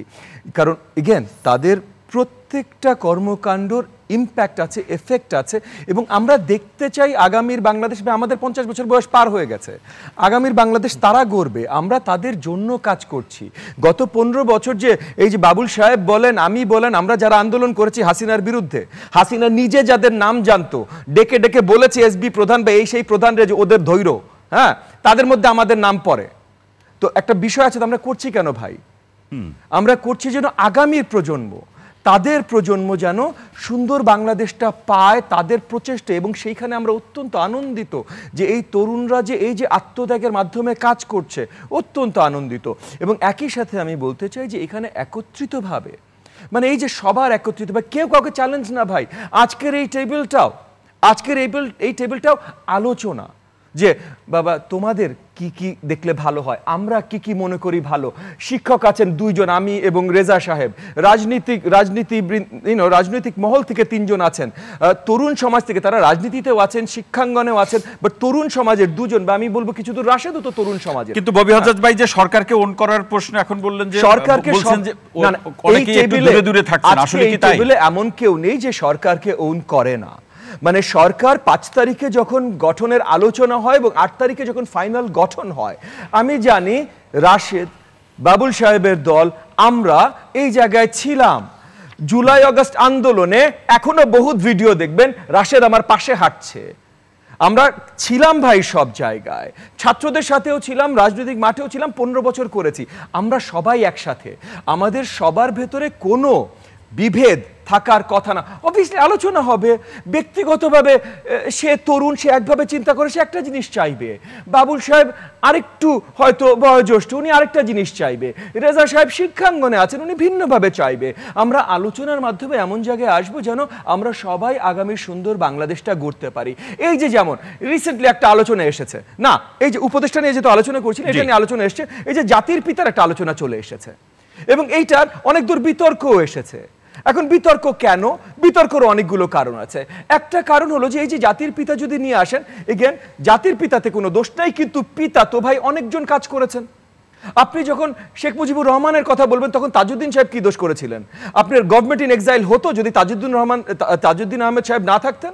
মুক্তিযুদ্ধ হতো যদি মুক্তিযুদ্ধের ডাক মরহুম প্রেসিডেন্ট জিয়াউর রহমান না দিতেন, নেতৃত্ব জেনারেল এম.এ. জি. ওসমানী না দিতেন? তাহলে এই যে এই নামগুলো, এই যে সব জায়গায় আমাদের প্রত্যেকটা প্রচার আলোচনা, এই সব জায়গায় আমাদের একত্রিত হয় প্রয়োজন, বিভেদ না, একত্রিত। আমরা অন্তর্বর্তীকালীন সরকারের কাছ থেকে কি চাই সেখানেও আমাদের একত্রিত হওয়া দরকার, আমাদের একে অপরের সাথে একটা আন্ডারস্ট্যান্ডিং হওয়া দরকার যে আমরা সবাই কিন্তু জনগণের জন্যই কাজ করেছি। আমার তরুণ আজকের সহ-আলোচক যারা আছেন তারাও গুলির সামনে দাঁড়িয়েছেন, আমিও দাঁড়িয়েছি, বাবুল সাহেব দাঁড়িয়েছেন, রাশেদ সাহেব দাঁড়িয়েছেন, সবাই দাঁড়িয়েছি। সবাই কেন দাঁড়িয়েছি? আমি দাঁড়াইনি ভাই যে আমার হাতে ক্ষমতা আসবে, আমি ধরেই নিচ্ছি বাবুল সাহেব দাঁড়ায়নি তার হাতে ক্ষমতা আসবে, আমি ধরে নিচ্ছি আমার স্নেহের তরুণরা তারা দাঁড়ায়নি তার হাতে ক্ষমতা আসছে। তারা সবাই একই কারণে দাঁড়িয়েছে যেন হাসিনা এবং ফ্যাসিস্ট সরকারের হাত থেকে জনগণের হাতে ক্ষমতা আসে। তো জনগণের হাতে ক্ষমতা দেওয়ার সবচেয়ে বেস্ট উপায়গুলো কি? কিভাবে করা যেতে পারে, কেন নির্বাচন, কখন, কিভাবে, এগুলো আসলে আমাদের ভেতরে এইসব টেবিলেও বারবার আলোচনা দরকার, বিতর্ক না। আমরা কিন্তু একসাথে যুদ্ধ করেছি। সেই আওয়ামী ফ্যাসিস্ট সরকার যদি ফেরত আসে, আমাদের কয়েকজনকে তো আগে ধরবে, উনাদেরকেও ছাড়বে না। তো আমরা সবাই কিন্তু এই যুদ্ধে একসাথে। জি ববি হাজাজ ভাই, অসংখ্য ধন্যবাদ। মোহাম্মদ রাশেদ খান, আলোচনা করতে করতেই কি আসলে বিতর্কের মধ্যে আমরা চলে যাই কিনা? ধন্যবাদ। দেখেন, আমি এসএম শাহরিয়ার সাহেবের বক্তব্য তিনি যেটি দিলেন সেই বক্তব্যে একটু আমি আলোকপাত করতে চাই। এইখানে যারা আছেন আমরা সবাই একসাথে আন্দোলন সংগ্রাম করেছি, কিন্তু এখন আবার আমাদের ভিতরে বক্তব্যের ভিন্নতা আছে। কারণ হলো যে জাতীয় নাগরিক কমিটি বলেন বা বৈষম্যবিরোধী ছাত্র আন্দোলন বলেন, তাদের প্রতিনিধি কিন্তু সরকারে রয়েছে, তাদের প্রতিনিধি। আর বাকি এখানে আমরা যারা রয়েছি তাদের প্রতিনিধি আসলে সরকারের নাই। কিন্তু আমার কথা হলো যে শুধুমাত্র কি তারাই সরকারের পতন ঘটিয়েছে? অবশ্যই তাদের কাছে প্রশ্ন করলে তারাই বলবেন যে না, সবাই মিলেই আসলে শেখ হাসিনার পতন ঘটানো হয়েছে। এখানে ববি হাজ্জাজ ভাই রয়েছেন, যেদিন আবু সাইদকে গুলি করে হত্যা করা হলো, সর্বপ্রথম কিন্তু গণ অধিকার পরিষদ, ববি হাজ্জাজ ভাইয়ের দল এবং এবি পার্টি, আমরা তিনটি দল একসাথে রাজপথে আমরা সবার আগে নেমেছি। তখন কিন্তু ছাত্ররাও নামেনি। ববি হাজ্জাজ ভাই, আমি কি ঠিক বললাম কি না? কেউ নামে নাই। তার মানে গণ অভ্যুত্থান শুরু করার জন্য দলগুলোর যে ভূমিকা রাখা দরকার, সেটা কিন্তু সর্বপ্রথম এই তিনটা দল আমরা একসাথে নেমে প্রতিবাদ করেছি। তো ওই সময় থেকে কিন্তু আমরা মাঠ ছেড়ে কেউ যাইনি, আমরা তো লাগাতার প্রতিবাদ চালিয়েছি। 2018 সালের যে কোটা সংস্কার আন্দোলন, এটা তো আমরাই সফল করি। 24 সালে আমাদের যে ভূমিকা আমি যদি এখানে তুলে ধরি, তাহলে ছাত্রনেতারা হয়তো বলতে পারে যে রাশেদ ভাই কেন এগুলো, মানে দলগুলোর ভূমিকা তিনি কেন এখন প্রকাশ করছেন, এগুলো তো গোপন থাকার কথা। কারণ ইতিহাসের সব কিছু আসলে সামনে আসে না, আনে না। তো আমরা যদি আনি তাহলে প্রশ্নের মুখোমুখি হতে হয়, কেন এই বিষয়গুলো এখন সামনে আনছি। দেখেন, এই আন্দোলনে দলগুলোর যে ভূমিকা, বিএনপি, গণ অধিকার পরিষদ, এনডিএম, এবি পার্টি বলেন বা অন্যান্য দল বলেন, সব দলের কিন্তু ব্যাপক ভূমিকা আছে। সবাই কিন্তু রাজপথে ছিল এবং ছাত্রদের সাথে কিন্তু দলগুলোর আবার সমন্বয়, সহযোগিতা, বোঝাপড়া সেটিও কিন্তু ছিল। এই অভ্যুত্থান পরিকল্পনাবিহীনভাবে হয়ে গেছে, যেটি ডক্টর ইউনূস সাহেব বলেছেন, আমি তার সাথে একমত। এই অভ্যুত্থান পরিকল্পনার মাধ্যমে হয়েছে, যখন আসলে এই যে অসংখ্য মানুষকে গুলি করে হত্যা করা হলো, এরপরে তো আসলে হাসিনা আর টিকতে পারে না। তখনই দলগুলো সিদ্ধান্ত নিয়েছে যে এইবার আমাদের বাঁচা মরার লড়াই, এই লড়াইয়ে আমাদেরকে জিততে হবে। হ্যাঁ, 15 বছর দলগুলো একসাথে রাজপথে নেমেছে, প্রতিবাদ জানিয়েছে। কিন্তু আপনি বলেন, এই 15 বছরে সাধারণ মানুষ নেমেছে? কোনো শিক্ষার্থীরা কোনো বিশ্ববিদ্যালয়ে নেমেছে? কোনো বিশ্ববিদ্যালয়ে স্লোগান হয়েছে যে শেখ হাসিনা তুমি গদি ছাড়ো? কোনো সাধারণ মানুষ রাস্তায় নেমে বলেছে শেখ হাসিনা তুমি গদি ছাড়ো? এই গদি ছাড়ার জন্য তো রাজনৈতিক দলগুলো ভূমিকা রেখেছে, কিন্তু সমস্যা হচ্ছিল কোথায়? কেন হাসিনার পতন ঘটছিল না? কারণটা হলো যে আসলে দলগুলো নামছে কিন্তু সাধারণ মানুষ নামতেছিল না। তো সর্বশেষ যখন সাধারণ মানুষ নেমেছে, সাধারণ শিক্ষার্থীরা নেমেছে এবং হাসিনা গুলি চালিয়ে, আমি বলবো যে এই গণ অভ্যুত্থানের মাস্টার মাইন্ড শেখ হাসিনা নিজে। আমি শেষ করবো, আমাকে 2 মিনিট সময় দেন। শেখ হাসিনা নিজে আসলে গণহত্যার মাস্টার মাইন্ড। শেখ হাসিনা যখন ছাত্রদেরকে রাজাকারের বাচ্চা বলল, যখন এইভাবে গুলি চালিয়ে মানুষ হত্যা করলো, এরপরে কিন্তু দলগুলো ওই সাধারণ মানুষের সাথে, শিক্ষার্থীদের সাথে সম্পৃক্ত হয়ে গেল। অর্থাৎ গণ অভ্যুত্থানের সমস্ত কিছু কিন্তু, সমস্ত উপাদান তৈরি হয়ে গেল, শেখ হাসিনার পতন ঘটলো। তো আপনি যখন ছাত্র জনতা বলেন, আমার ভাই শাহরিয়ার বলছেন যে জনতা বলতে দলগুলোকে বোঝায়, তো আপনি স্পেসিফিকভাবে বললে সমস্যা কি? সাধারণ শিক্ষার্থীরা, সাধারণ মানুষ, রাজনৈতিক দলগুলো, পেশাজীবীরা, আইনজীবীরা। আচ্ছা, আমাকে বলুন তো, যাত্রাবাড়িতে আন্দোলনের নেতৃত্ব কে দিল? আমাকে উত্তর দেন তো। রামপুরাতে কে নেতৃত্ব দিল? আমাকে বলেন তো, উত্তরায় কে নেতৃত্ব দিল? এখানে তো পরিচিত কোনো সমন্বয়ক আমরা দেখি নাই। তার মানে কি? তার মানে এইখানে রাজনৈতিক দলগুলো, সাধারণ মানুষগুলো যখন সমন্বয়কদেরকে কাউকে কাউকে পুলিশ হেফাজতে, তখন কিন্তু সাধারণ মানুষ স্লোগান ধরেছে, সাধারণ শিক্ষার্থীরা স্লোগান ধরেছে, তুমি কে, আমি কে, সমন্বয়ক সমন্বয়ক। অর্থাৎ এই আন্দোলনটা ছিল একটি স্বতঃস্ফূর্ত আন্দোলন। সবাই কিন্তু হাসিনার কাছ থেকে রক্ষা চেয়েছিল। না, আমার কথা হলো যারা সামনে ছিল, ক্লাসে যেমন first boy, second boy, third, fourth থাকে না, তো আমার কথা হলো যে এই যে বৈষম্যবিরোধী ছাত্র আন্দোলন, তারা ফার্স্ট বয়। তাহলে তারা কি? তারা এই সরকার গঠনে প্রথমে থাকবে। 2 জন তারা থাকলো, তাহলে সেকেন্ড, থার্ড, ফোর্থ তারা কোথায়? তাদেরকে বাদ দেওয়া হয়েছে না? এই বিপ্লবে আসলে কার কতটুকু অবদান, এই প্রশ্ন আসলে তো সেই ভাগাভাগির প্রশ্ন জায়গাতে না, এইটা আসন ভাগাভাগি না। আপনি যখন একটা আন্দোলন সার্বজনীনভাবেই তো সরকারের পতন ঘটেছে, সরকার যেটি গঠন করবেন সেটিও কিন্তু সার্বজনীন হতে হবে, অন্যথায় তো বৈষম্য সৃষ্টি হবে। এই যে বিভেদগুলো, আলোচনা সমালোচনা, কেন? এর পিছনে অবশ্যই প্রত্যেকের স্টেক যখন আপনি নিশ্চিত করবেন না, বৈষম্য সৃষ্টি করবেন, তখন কিন্তু এই বিষয়গুলো নিয়ে আলোচনা সমালোচনা। আমাকে আমার মূল কথাগুলো আমি বলতে পারি, আমি শাহরিয়ারের কথা যেটি বলবো, দেখেন শাহরিয়ার বা লুৎফর আমরা যখন সরকারের সমালোচনা করছি, একই সাথে সহযোগিতা করছি, আমরা সমালোচনা কেন করছি? যাতে করে সরকার তার বিপ্লবী চারিত্রিক বৈশিষ্ট্য থেকে বের না হয়ে যায়। এই কারণে আমরা কিন্তু সরকার পতন হোক, সরকারের ফেলে দিতে হবে এই বক্তব্য আমরা দিচ্ছি না। কিন্তু দেখেন আমার ভাই শাহরিয়ার আমরা সরকারের সমালোচনা করলে তিনি মানে ওই সরকারের হয়ে পার্ট হয়ে কিন্তু তিনি এখানে উত্তর দিচ্ছেন। তিনি তো বলছিলেন যে সমালোচনা তিনি তো বলছেন, কিন্তু আপনি তার বক্তব্যগুলো খেয়াল করেন, এখানে স্যার রয়েছে, ভাই রয়েছে, আমার ববি হাজাজ ভাই রয়েছে, একটু খেয়াল করেন, অ্যানালাইসিস করেন, দর্শকবৃন্দ যে কমেন্ট করছে দেখেন, তিনি কিন্তু সরকারের হয়ে কিন্তু এখানে বক্তব্যের প্রতি উত্তর দিচ্ছেন। তার মানে কি? তার মানে তিনি সরকারের পার্ট হন বা না হন, তিনি কিন্তু নিজের অজান্তে সরকারের পার্ট হিসেবে নিজেকে এখানে আবিষ্কার করছেন। তো আমি সেই জায়গায় বলবো, অবশ্যই আমি মনে করি ছাত্রদের রাজনীতি করার অধিকার আছে। আমি চাই বাংলাদেশে আরো নতুন নতুন দল আসুক। মানে এখানে মোহাম্মদ রাশেদ খান, আমি একটা প্রশ্ন রাখতে চাই, খুব ছোট্ট প্রশ্ন, উত্তরটি আপনার কাছ থেকে খুব স্পষ্টই প্রত্যাশা করছি। ছাত্ররা যদি নতুন দল গঠন করে, আপনার দলে বা আপনার ব্যক্তিগতভাবে কোনো অসুবিধা আছে? কোনো অসুবিধা নেই, আমি শুভকামনা জানাবো। আমি এখনই শুভকামনা জানিয়ে রাখছি। আমি চাই ছাত্ররা প্রকাশ্যে ঘোষণা দিয়ে দল গঠন করুক, কিন্তু তারা যদি আসলে প্রকাশ্যে ঘোষণা না দেয়, যে আমাদের ভাই বললেন, যেটি শাহরিয়ার বললেন যে এখন রাজনৈতিক দলগুলো তারা দল গোছানোর ব্যস্ত, তারা আসলে মানে সমালোচনা সরকারের করছে না, এই কথা বললেন। আমরা সমালোচনা করছি, দল তো প্রত্যেকটা দল তার দল তো গোছাবে, তারাও তো দল গোছাচ্ছে, তারা যে রাজনীতি সামনে করবে, তারা দেখেন প্রত্যেকটা জায়গায় কমিটি দিচ্ছে, এটি দল গোছানোর অংশ না।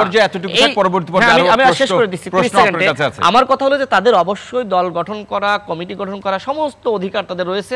আমি চাই যে তারা সেটি প্রকাশ্য করুক, কিন্তু কথা হলো একই সাথে সকল দলের যে ভূমিকা ছিল সেটি কিন্তু তুলে ধরতে হবে ছাত্রদেরকেই। অসংখ্য ধন্যবাদ এস এম শাহরিয়ার। প্রকাশ্যে রাজনৈতিক দলের আলোচনাটি হোক। প্রথম কথা হচ্ছে যে জাতীয় নাগরিক কমিটি যতগুলো থানা কমিটি দিচ্ছে, যতগুলো জায়গায় আলোচনা করছে সাধারণ মানুষের সাথে, এবং 30টা রাজনৈতিক দলের সাথে জাতীয় নাগরিক কমিটি আলোচনা করেছে, প্রকাশ্যে করেছে। প্রত্যেকটা থানা কমিটি দেওয়ার জন্য, সংগঠন বিস্তারের জন্য প্রকাশ্যে করছে। রাশেদ ভাই কোথায় আসলে গোপন রাজনীতি দেখতে পাচ্ছেন? আলোচনা করে যা সিদ্ধান্ত আসলো সেটি কি প্রকাশ্য হচ্ছে? প্রত্যেকটা আলোচনার পরে হচ্ছে প্রেস ব্রিফিং করা হয়েছে, যতগুলো রাজনৈতিক দলের সাথে আলোচনা করা হচ্ছে, প্রত্যেকটা আলোচনার পর রাশেদ ভাইদের গণ অধিকারের সাথে বসা হয়েছে, বাবুল ভাইদের বিএনপির সাথে বসা হয়েছে, জামাত ইসলামের সাথে বসা হয়েছে, এবং প্রত্যেকটা আলোচনার পরে ওইখানে প্রেস ব্রিফিং করা হয়েছে। মোহাম্মদ রাশেদ খান কিন্তু শুভকামনা বা শুভেচ্ছা আপনাদেরকে জানিয়ে রাখলেন। তার মানে একটা আলোচনা, দল গঠনের প্রশ্ন কতদূর এগিয়ে গেলে সেই শুভেচ্ছাটা অন্য রাজনৈতিক দলের পক্ষ থেকে আসে, আপনি বলতে পারেন। একটা হচ্ছে যে শুভকামনা, অবশ্যই আমরা এখানে হচ্ছে আমাদের সবার প্রতি সবার শুভকামনা থাকা উচিত দুইটা জায়গায়। একটা হচ্ছে যে আমরা কেউই যেন ভবিষ্যতে ফ্যাসিস্ট না হয়ে উঠি, কিংবা ফ্যাসিস্টের দোষর না হয়ে উঠি ভবিষ্যতে, এই কারণে শুভকামনা হওয়া উচিত। আরেকটা শুভকামনা হওয়া উচিত যে আমরা সবাই যেন হচ্ছে ডেমোক্রেসিটা প্রপার ওয়েতে প্র্যাকটিস করতে পারি, এই আন্ডারস্ট্যান্ডিংটা যেন আমাদের সবার মধ্যে থাকে। এখানে এই আন্ডারস্ট্যান্ডিংটা না থাকলে সমস্যা। আচ্ছা, এখন হচ্ছে একটু যেহেতু বারবার আলোচনায় আসে, একটু বলি, ঠিক আছে, যে রাশেদ ভাইয়ের যে আফসোসের জায়গা, যে হচ্ছে আসলে সরকারের তাদের প্রতিনিধি নেই, এবং তিনি মনে করেন যে সরকারের হয়ে আমি এখানে উত্তর দিচ্ছি। বাবুল ভাইয়ের বক্তব্য কিন্তু এসেছে, এই সরকার যদি ব্যর্থ হয়, বাংলাদেশ ভাই, আমি শেষ করি ভাই, বৈষম্য তৈরি হয়েছে সেটার আলোকে আমি আমার বক্তব্য দিই। আচ্ছা, আমি শেষ করি। হ্যাঁ, আর আপনি যদি বললেন যে গোপন আমি কিন্তু সেটি বলি না। আপনি আমাদের বলেছেন যে দলগুলো এখন সরকারের সমালোচনা না করে, আমি লিখে রেখেছি, এখন তারা দল গোছাতে ব্যস্ত। আচ্ছা, আমিও সেটি বলেছি যে আপনারা তো কমিটি দিচ্ছেন, আপনারাও তো দল রাজনীতি করবেন, সংগঠন বুঝে রাজনীতি করবেন, অবশ্যই করবেন, এটা তো প্রকাশ্য, মানুষ বুঝতে পারছে। সেই জায়গায় আপনারাও কমিটি দিচ্ছেন, আমি ওয়েলকাম জানাচ্ছি। ধন্যবাদ। আচ্ছা, এখন হচ্ছে যেটা যে ব্যাপারটা হচ্ছে যে এই জুলাই গণঅভ্যুত্থানের পরে আপনি বলেন কয়টা রাজনৈতিক দল হচ্ছে এই শহীদদের বিচার নিয়ে কথা বলেছে? কয়টা রাজনৈতিক দল হচ্ছে এই শহীদ পরিবারগুলোর পুনর্বাসন নিয়ে কথা বলেছে, আহতদের পুনর্বাসন নিয়ে কথা? আচ্ছা, আপনি বলুন, বলেনি কে? না, আপনি যদি বলেন সবাই বলেছে, কিন্তু ফোকাসে রেখে কয়জনকে আপনি কথা বলতে দেখেছেন? ইনফ্যাক্ট আমি শুরু থেকে বলি যে আজকের আলোচনায় হচ্ছে অনেকের মধ্যেই হয়তো এই জুলাই গণঅভ্যুত্থানের স্পিরিট নিয়ে কথা এসেছে, ঠিক আছে, কিন্তু যে রক্তের উপর দাঁড়িয়ে আমরা আজকে এখানে আলোচনায় বসেছি, ঠিক আছে, সেই রক্তের উপর দাঁড়িয়ে সেই শহীদদের বিচার নিয়ে কিন্তু আপনিই বলেন যে আমরা আসলে কয়টা আলোচনার বিষয়বস্তু হতে দেখছি। এটা হতে পারে যে রাজনৈতিক কারণ হচ্ছে বারবার বিভিন্ন এজেন্ডাগুলো সামনে চলে আসছে, ঠিক আছে। তো রাশেদ ভাইরা যেটা বলেন যে সরকারের তাদের বিচারের প্রসঙ্গে, এটা আমি যতটুকু দেখেছি বা বুঝেছি, সকলের বিচার হোক, সবাই সেটি বলছে, এবং এর সাথে এটাও কিন্তু খুব গুরুত্বপূর্ণ, সরকার দায়িত্ব নেওয়ার পরে সকলের পক্ষ থেকে একটা আবেদন ছিল যে বিপ্লবে যারা আহত হয়েছেন তাদের দ্রুত চিকিৎসার ব্যবস্থা করা। আজকে সম্মানিত স্বাস্থ্য উপদেষ্টা যে ধরনের পরিস্থিতির মুখোমুখি হয়েছেন, কি বলবেন? আমাদের তো এই জায়গাগুলোতে আসলে আমার মনে হয় সব রাজনৈতিক দলেরই ঐক্যমত থাকা দরকার, এবং আমরা যারা হচ্ছে সাধারণ ছাত্র কিংবা নাগরিকরা আমরা যারা রয়েছে, কিংবা আমরা নাগরিক কমিটির পক্ষ হোক, বৈষম্য বিরোধী, আমাদের সবার ঐক্যমত থাকা দরকার যে কেন এখন পর্যন্ত আহতদের পুনর্বাসন হচ্ছে না। এই জায়গাগুলোতে আমাদের অনেক আগে প্রেশার ক্রিয়েট করা দরকার ছিল, কারণ এই মানুষগুলো ডিরেক্ট স্যাক্রিফাইস আমাদের সবার আছে। ভাইরা হয়তো 15 বছর ধরে স্যাক্রিফাইস করেছেন। আমি একজন বেসরকারি বিশ্ববিদ্যালয় ছাত্র হিসেবে 2015 নোভেট আন্দোলন থেকে আমার শুরু, ঠিক আছে। এরপর হচ্ছে 2018 কোটা সংস্কার, প্রত্যেকের ত্যাগ আছে, কিন্তু ওই মানুষগুলো ডিরেক্ট স্যাক্রিফাইসের উপর দাঁড়িয়ে আজকে আমরা আলোচনা করছি। তো এই জায়গাগুলোতে আমাদের আসলে ইউনিনামাস থাকা উচিত ছিল। আমি আপনার কাছে ফিরছি, একজন দর্শক আছেন, তার প্রশ্নটি শুনে আমি আবার আপনার কাছে ফিরছি। প্রিয় দর্শক কে আছেন, পরিচয় দিয়ে প্রশ্ন করুন। জি, আমি শামসুল আরিফিন, আমি ফেনী থেকে বলছি। আপনাকে অনুষ্ঠানে স্বাগত জানাচ্ছি। আপনাকেও স্বাগত জানাচ্ছি, সাথে সহ আলোচক যারা আছেন সকলকে ধন্যবাদ জানাচ্ছি। জি বলুন। আমি যে কথাটি বলতে চাই, আজকে এখানে আলোচক হিসেবে যারা আছেন তাদের সকলকে আমি গ্রামের মানুষের পালস বোঝার জন্য বলছি। আমি একদম গ্রামে থাকি, আমি প্রান্তিক মানুষের পক্ষ থেকে কথা বলছি। আমার কাছে মনে হয় যে গ্রামের মানুষ এবং সত্যিকারের যারা দেশপ্রেমিক, সত্যিকারের যারা 24-এর স্পিরিটটাকে ধারণ করেন, তারা কিন্তু সকলেই অকুণ্ঠ সমর্থন দিয়ে চলেছেন এখন পর্যন্ত এই সরকারকে। এই সরকারের সমস্ত সংস্কার কার্যক্রমকে তারা অকুণ্ঠভাবে সমর্থন করেন। কিন্তু আমার কাছে মনে হচ্ছে বিরোধিতা যেটা হচ্ছে, সেটা রাষ্ট্রপতি নিয়োগ নিয়ে বলেন, বঙ্গবন্ধুর ছবি নামানো নিয়ে বলেন, এবং উপদেষ্টা পরিষদের নতুন উপদেষ্টা নিয়োগ নিয়ে বলেন, এগুলো হচ্ছে টকশোতে, এগুলো হচ্ছে মিডিয়াতে, এগুলো হচ্ছে কিছু ভেস্টেড ইন্টারেস্টেড গ্রুপ যারা রয়েছে তারা করছেন। বিশেষ করে আমি অত্যন্ত দুঃখের সাথে বলতে হচ্ছে, যারা আজকে 16 বছরের আন্দোলনের সাথে বিএনপি জড়িত ছিল, নেতৃত্বের পর্যায়ে ছিল, আজকে বিএনপি দ্রুত নির্বাচনের জন্য, দ্রুত ক্ষমতায় যাওয়ার জন্য কখনো ছাত্রদেরকে প্রতিপক্ষ বানাচ্ছেন, কখনো ইন্টারিম গভর্নমেন্টকে প্রতিপক্ষ বানাচ্ছেন। আমি বিনয়ের সাথে অনুরোধ করছি, যদি এদেশে সুস্থ ইলেকশন হয়, বিএনপির ক্ষমতায় যাওয়ার সমূহ সম্ভাবনা রয়েছে, বিএনপি এই দেশ চালাবে। কিন্তু বিএনপির প্রতি আমি করজোড়ে অনুরোধ করছি, এই পরিস্থিতিকে আর জটিল করবেন না। একটা সরকারকে 3 মাসের বেশি আপনাকে সময় দিতে হবে। 16 বছরের জঞ্জাল দূর করবার জন্য 3 মাস সময় যথেষ্ট না। কিন্তু আপনারা প্রতিনিয়ত, আপনারা বলছেন সময় দিচ্ছেন, কখন সময় দিচ্ছেন? আপনারা প্রতিনিয়ত সমালোচনা করে চলেছেন। না, এখানে আরিফিন ভাই, আমি একটু যুক্ত করি আপনার আলোচনার সাথে। আজকেও কিন্তু বিএনপি সম্মানিত মহাসচিব তিনি বলেছেন এই সরকারকে সহযোগিতা করতে হবে সংস্কারের প্রশ্নে, এবং দ্রুত সংস্কার শেষে নির্বাচনের প্রসঙ্গ আবার দিতে হবে। সেই প্রশ্নটিও কিন্তু বাবুল ভাইয়ের কাছে ছিল। জি, আমরা এটাই শুনতে চাই, এটাই আপনারা জি বলুন। আমরা চাই যে বিএনপি নেতারা যেন একসাথে সবাই সংস্কারের পক্ষে কথা বলেন, কারণ বিএনপির মধ্যে একটা সংস্কার ভীতি আছে, এটা যেন না থাকে। অসংখ্য ধন্যবাদ আরিফিন ভাই, অসংখ্য ধন্যবাদ। আপনি আমাদের সাথেই থাকুন। জি শাহরিয়ার ভাই। আচ্ছা, আমার কাছে এই প্রশ্ন নিয়ে আপনার কাছে আমি প্রশ্ন শেষ করব, তারপর আপনার কাছে। আর ব্যাপারটা হচ্ছে যে ওনারশিপ নিয়ে, যে কেন যেন মনে হচ্ছে গভর্নমেন্টকে আমরা ডিফেন্ড করছি। গভর্নমেন্টকে আমরা ডিফেন্ড করছি না। আমাদের এই করলে অসুবিধা কোথায় ভাই? না এই আমার নাগরিক কমিটি, আপনি তো করছেন ভালোর জন্য। না একটু বলি, হ্যাঁ, নাগরিক কমিটির ব্যাপারটা হচ্ছে খুবই স্পেসিফিক, যে আমরা হচ্ছে সরকারকে যেখানে সহযোগিতা করা দরকার, যেটা কিন্তু আমরা প্রত্যেকে স্বীকার করেছি, গভর্নমেন্টকে আমরা সহযোগিতা করব, যেখানে তাদেরকে সমালোচনা করা দরকার সমালোচনা করব। এবং এই সমালোচনার জায়গা থেকে কিন্তু নাগরিক কমিটি ইতোমধ্যে, যেহেতু বারবার নাগরিক কমিটি বৈষম্য বিরোধী ছাত্র আন্দোলনকে সরকার সমর্থক বানানো, নাগরিক কমিটি ইতোমধ্যে আমরা দ্রব্যমূল্য বৃদ্ধির প্রতিবাদে আমরা প্রতিবাদ সমাবেশ করেছি, এবং এই শুক্রবার আমাদের কর্মসূচি রয়েছে যে কেন আহত এবং শহীদ পরিবার, আহতদের চিকিৎসা করা হচ্ছে না, শহীদ পরিবারগুলোকে পুনর্বাসন করা হচ্ছে না। আমরা অলরেডি প্রতিবাদ সমাবেশে ডাক দিয়েছি এই শুক্রবার বিকাল 3টায়। তার মানে আমরা কিন্তু রাজপথে সরকার যে জায়গাগুলোতে ত্রুটি আছে সেই জায়গাগুলো নিয়ে আমরা সরকারের বিপক্ষে দাঁড়াচ্ছি। এখন কথা হচ্ছে, একটু আমাকে 1 মিনিট সময় দিবেন, যে গভর্নমেন্টের ওনারশিপ কেন নিতে চাচ্ছেন না, আর আমাদেরকে কেন বারবার ওনারশিপ দিয়ে দেওয়ার চেষ্টা করা হচ্ছে? ব্যাপারটা হচ্ছে কি, এই সরকারটা না আমাদের সবার বসানো সরকার। আজকে এই আপনাদেরকে ওনারশিপ দিয়ে দেওয়া হচ্ছে বা দিতে চাচ্ছে সবাই। যদি আলোচনার জায়গায়, যদি আপনি এই টকশোর আলোচনা থেকে আসেন, টকশোর আলোচনাতে কিন্তু বারবার বলা হচ্ছে যে কেন গভর্নমেন্টকে, মানে গভর্নমেন্ট এবং হচ্ছে নাগরিক কমিটি বৈষম্য বিরোধী ছাত্র আন্দোলনকে একটা সমার্থক শব্দ বানিয়ে দেওয়া হচ্ছে। মূলত হচ্ছে এই সরকার হচ্ছে, এইখানে আমরা যতগুলো মানুষ বসে রয়েছি তাদের সকলের সরকার। এই সরকারে আমার যতটুকু স্টেক আছে, রাশেক ভাইয়ের ততটুকু স্টেক আছে, বাবুল ভাইয়ের ততটুকু স্টেক আছে, ববি ভাইয়ের ততটুকু স্টেক আছে। এবং এই স্টেকের জায়গা থেকে যদি আমরা হচ্ছে ভবিষ্যৎ বাংলাদেশকে বিনির্মাণ করতে চাই, সেই জায়গাতে যদি আমরা সকলেই সরকারকে যেখানে যেখানে পরিপূর্ণ সমালোচনা করা দরকার সমালোচনা না করি, এবং যেখানে সহযোগিতা করা দরকার সহযোগিতা না করি, তাহলে হচ্ছে দিন শেষে রাষ্ট্র হিসেবে যদি বাংলাদেশ, এই জায়গাতে এই প্রশ্নের আলোকে একেবারে এক লাইনে একটু বলার জন্য আপনাকে আমি অনুরোধ করছি। সরকারের প্রসঙ্গে সমালোচনা বেশি হচ্ছে না সহযোগিতা বেশি হচ্ছে? কাদের পক্ষ থেকে? রাজনৈতিক দলগুলোর পক্ষ থেকে বলুন। আচ্ছা, রাজনৈতিক দলগুলোর পক্ষ থেকে কি করছে তারা, মানে সমালোচনা বেশি করছে না সহযোগিতা বেশি করছে? মানে খুবই দুঃখজনক হচ্ছে কি যে স্পেসিফিক যে সংস্কার কমিশনগুলো করা হয়েছে সেই সংস্কার কমিশনগুলোতে কিন্তু প্রত্যেকটা রাজনৈতিক দলের নিজস্ব জায়গা থেকে প্রস্তাবনা যাওয়ার কথা ছিল এবং আজকে কিন্তু আমাদের মূল আলোচনার অন্যতম জায়গা হওয়ার কথা ছিল যে ওই সংস্কার প্রস্তাবনা আমরা কিভাবে ভাবি, বাবুল ভাইরা কিভাবে ভাবে, ববি ভাইরা কিভাবে ভাবে, কিন্তু আমরা সেই আলোচনায় এখনো যেতে পারছি না। আমাদেরকে এখনো হচ্ছে আমরা এই যে স্টেকের ভাগাভাগি নিয়ে কেউ নিতে চাই, কেউ দিতে চায় না, এরকম আলোচনা। আমরা শামীম রেজার স্যারের বক্তব্য শুনবো, তার আগে শহীদুল ইসলাম বাবুল ভাই। দর্শক আরিফিন ভাই যে প্রশ্নটি রাখলেন খুব ছোট্ট করে, যে বিএনপির তারাই নির্বাচন বুঝতে পেরেছি। শোনেন, যে কথাটা আমি আগে বলছিলাম যে এই প্রশ্নগুলো করছে, এই প্রশ্নগুলো আসছে যে বিএনপি মানে নির্বাচনের জন্য পাগল হয়ে গেছে। মানে কি নির্বাচন শুধু বিএনপি চায়? কোত্থেকে এই শব্দ উনি পাইলেন আমি জানি না। বিএনপি কবে বলেছে যে এই 3 মাসের মধ্যে নির্বাচন দিতে হবে?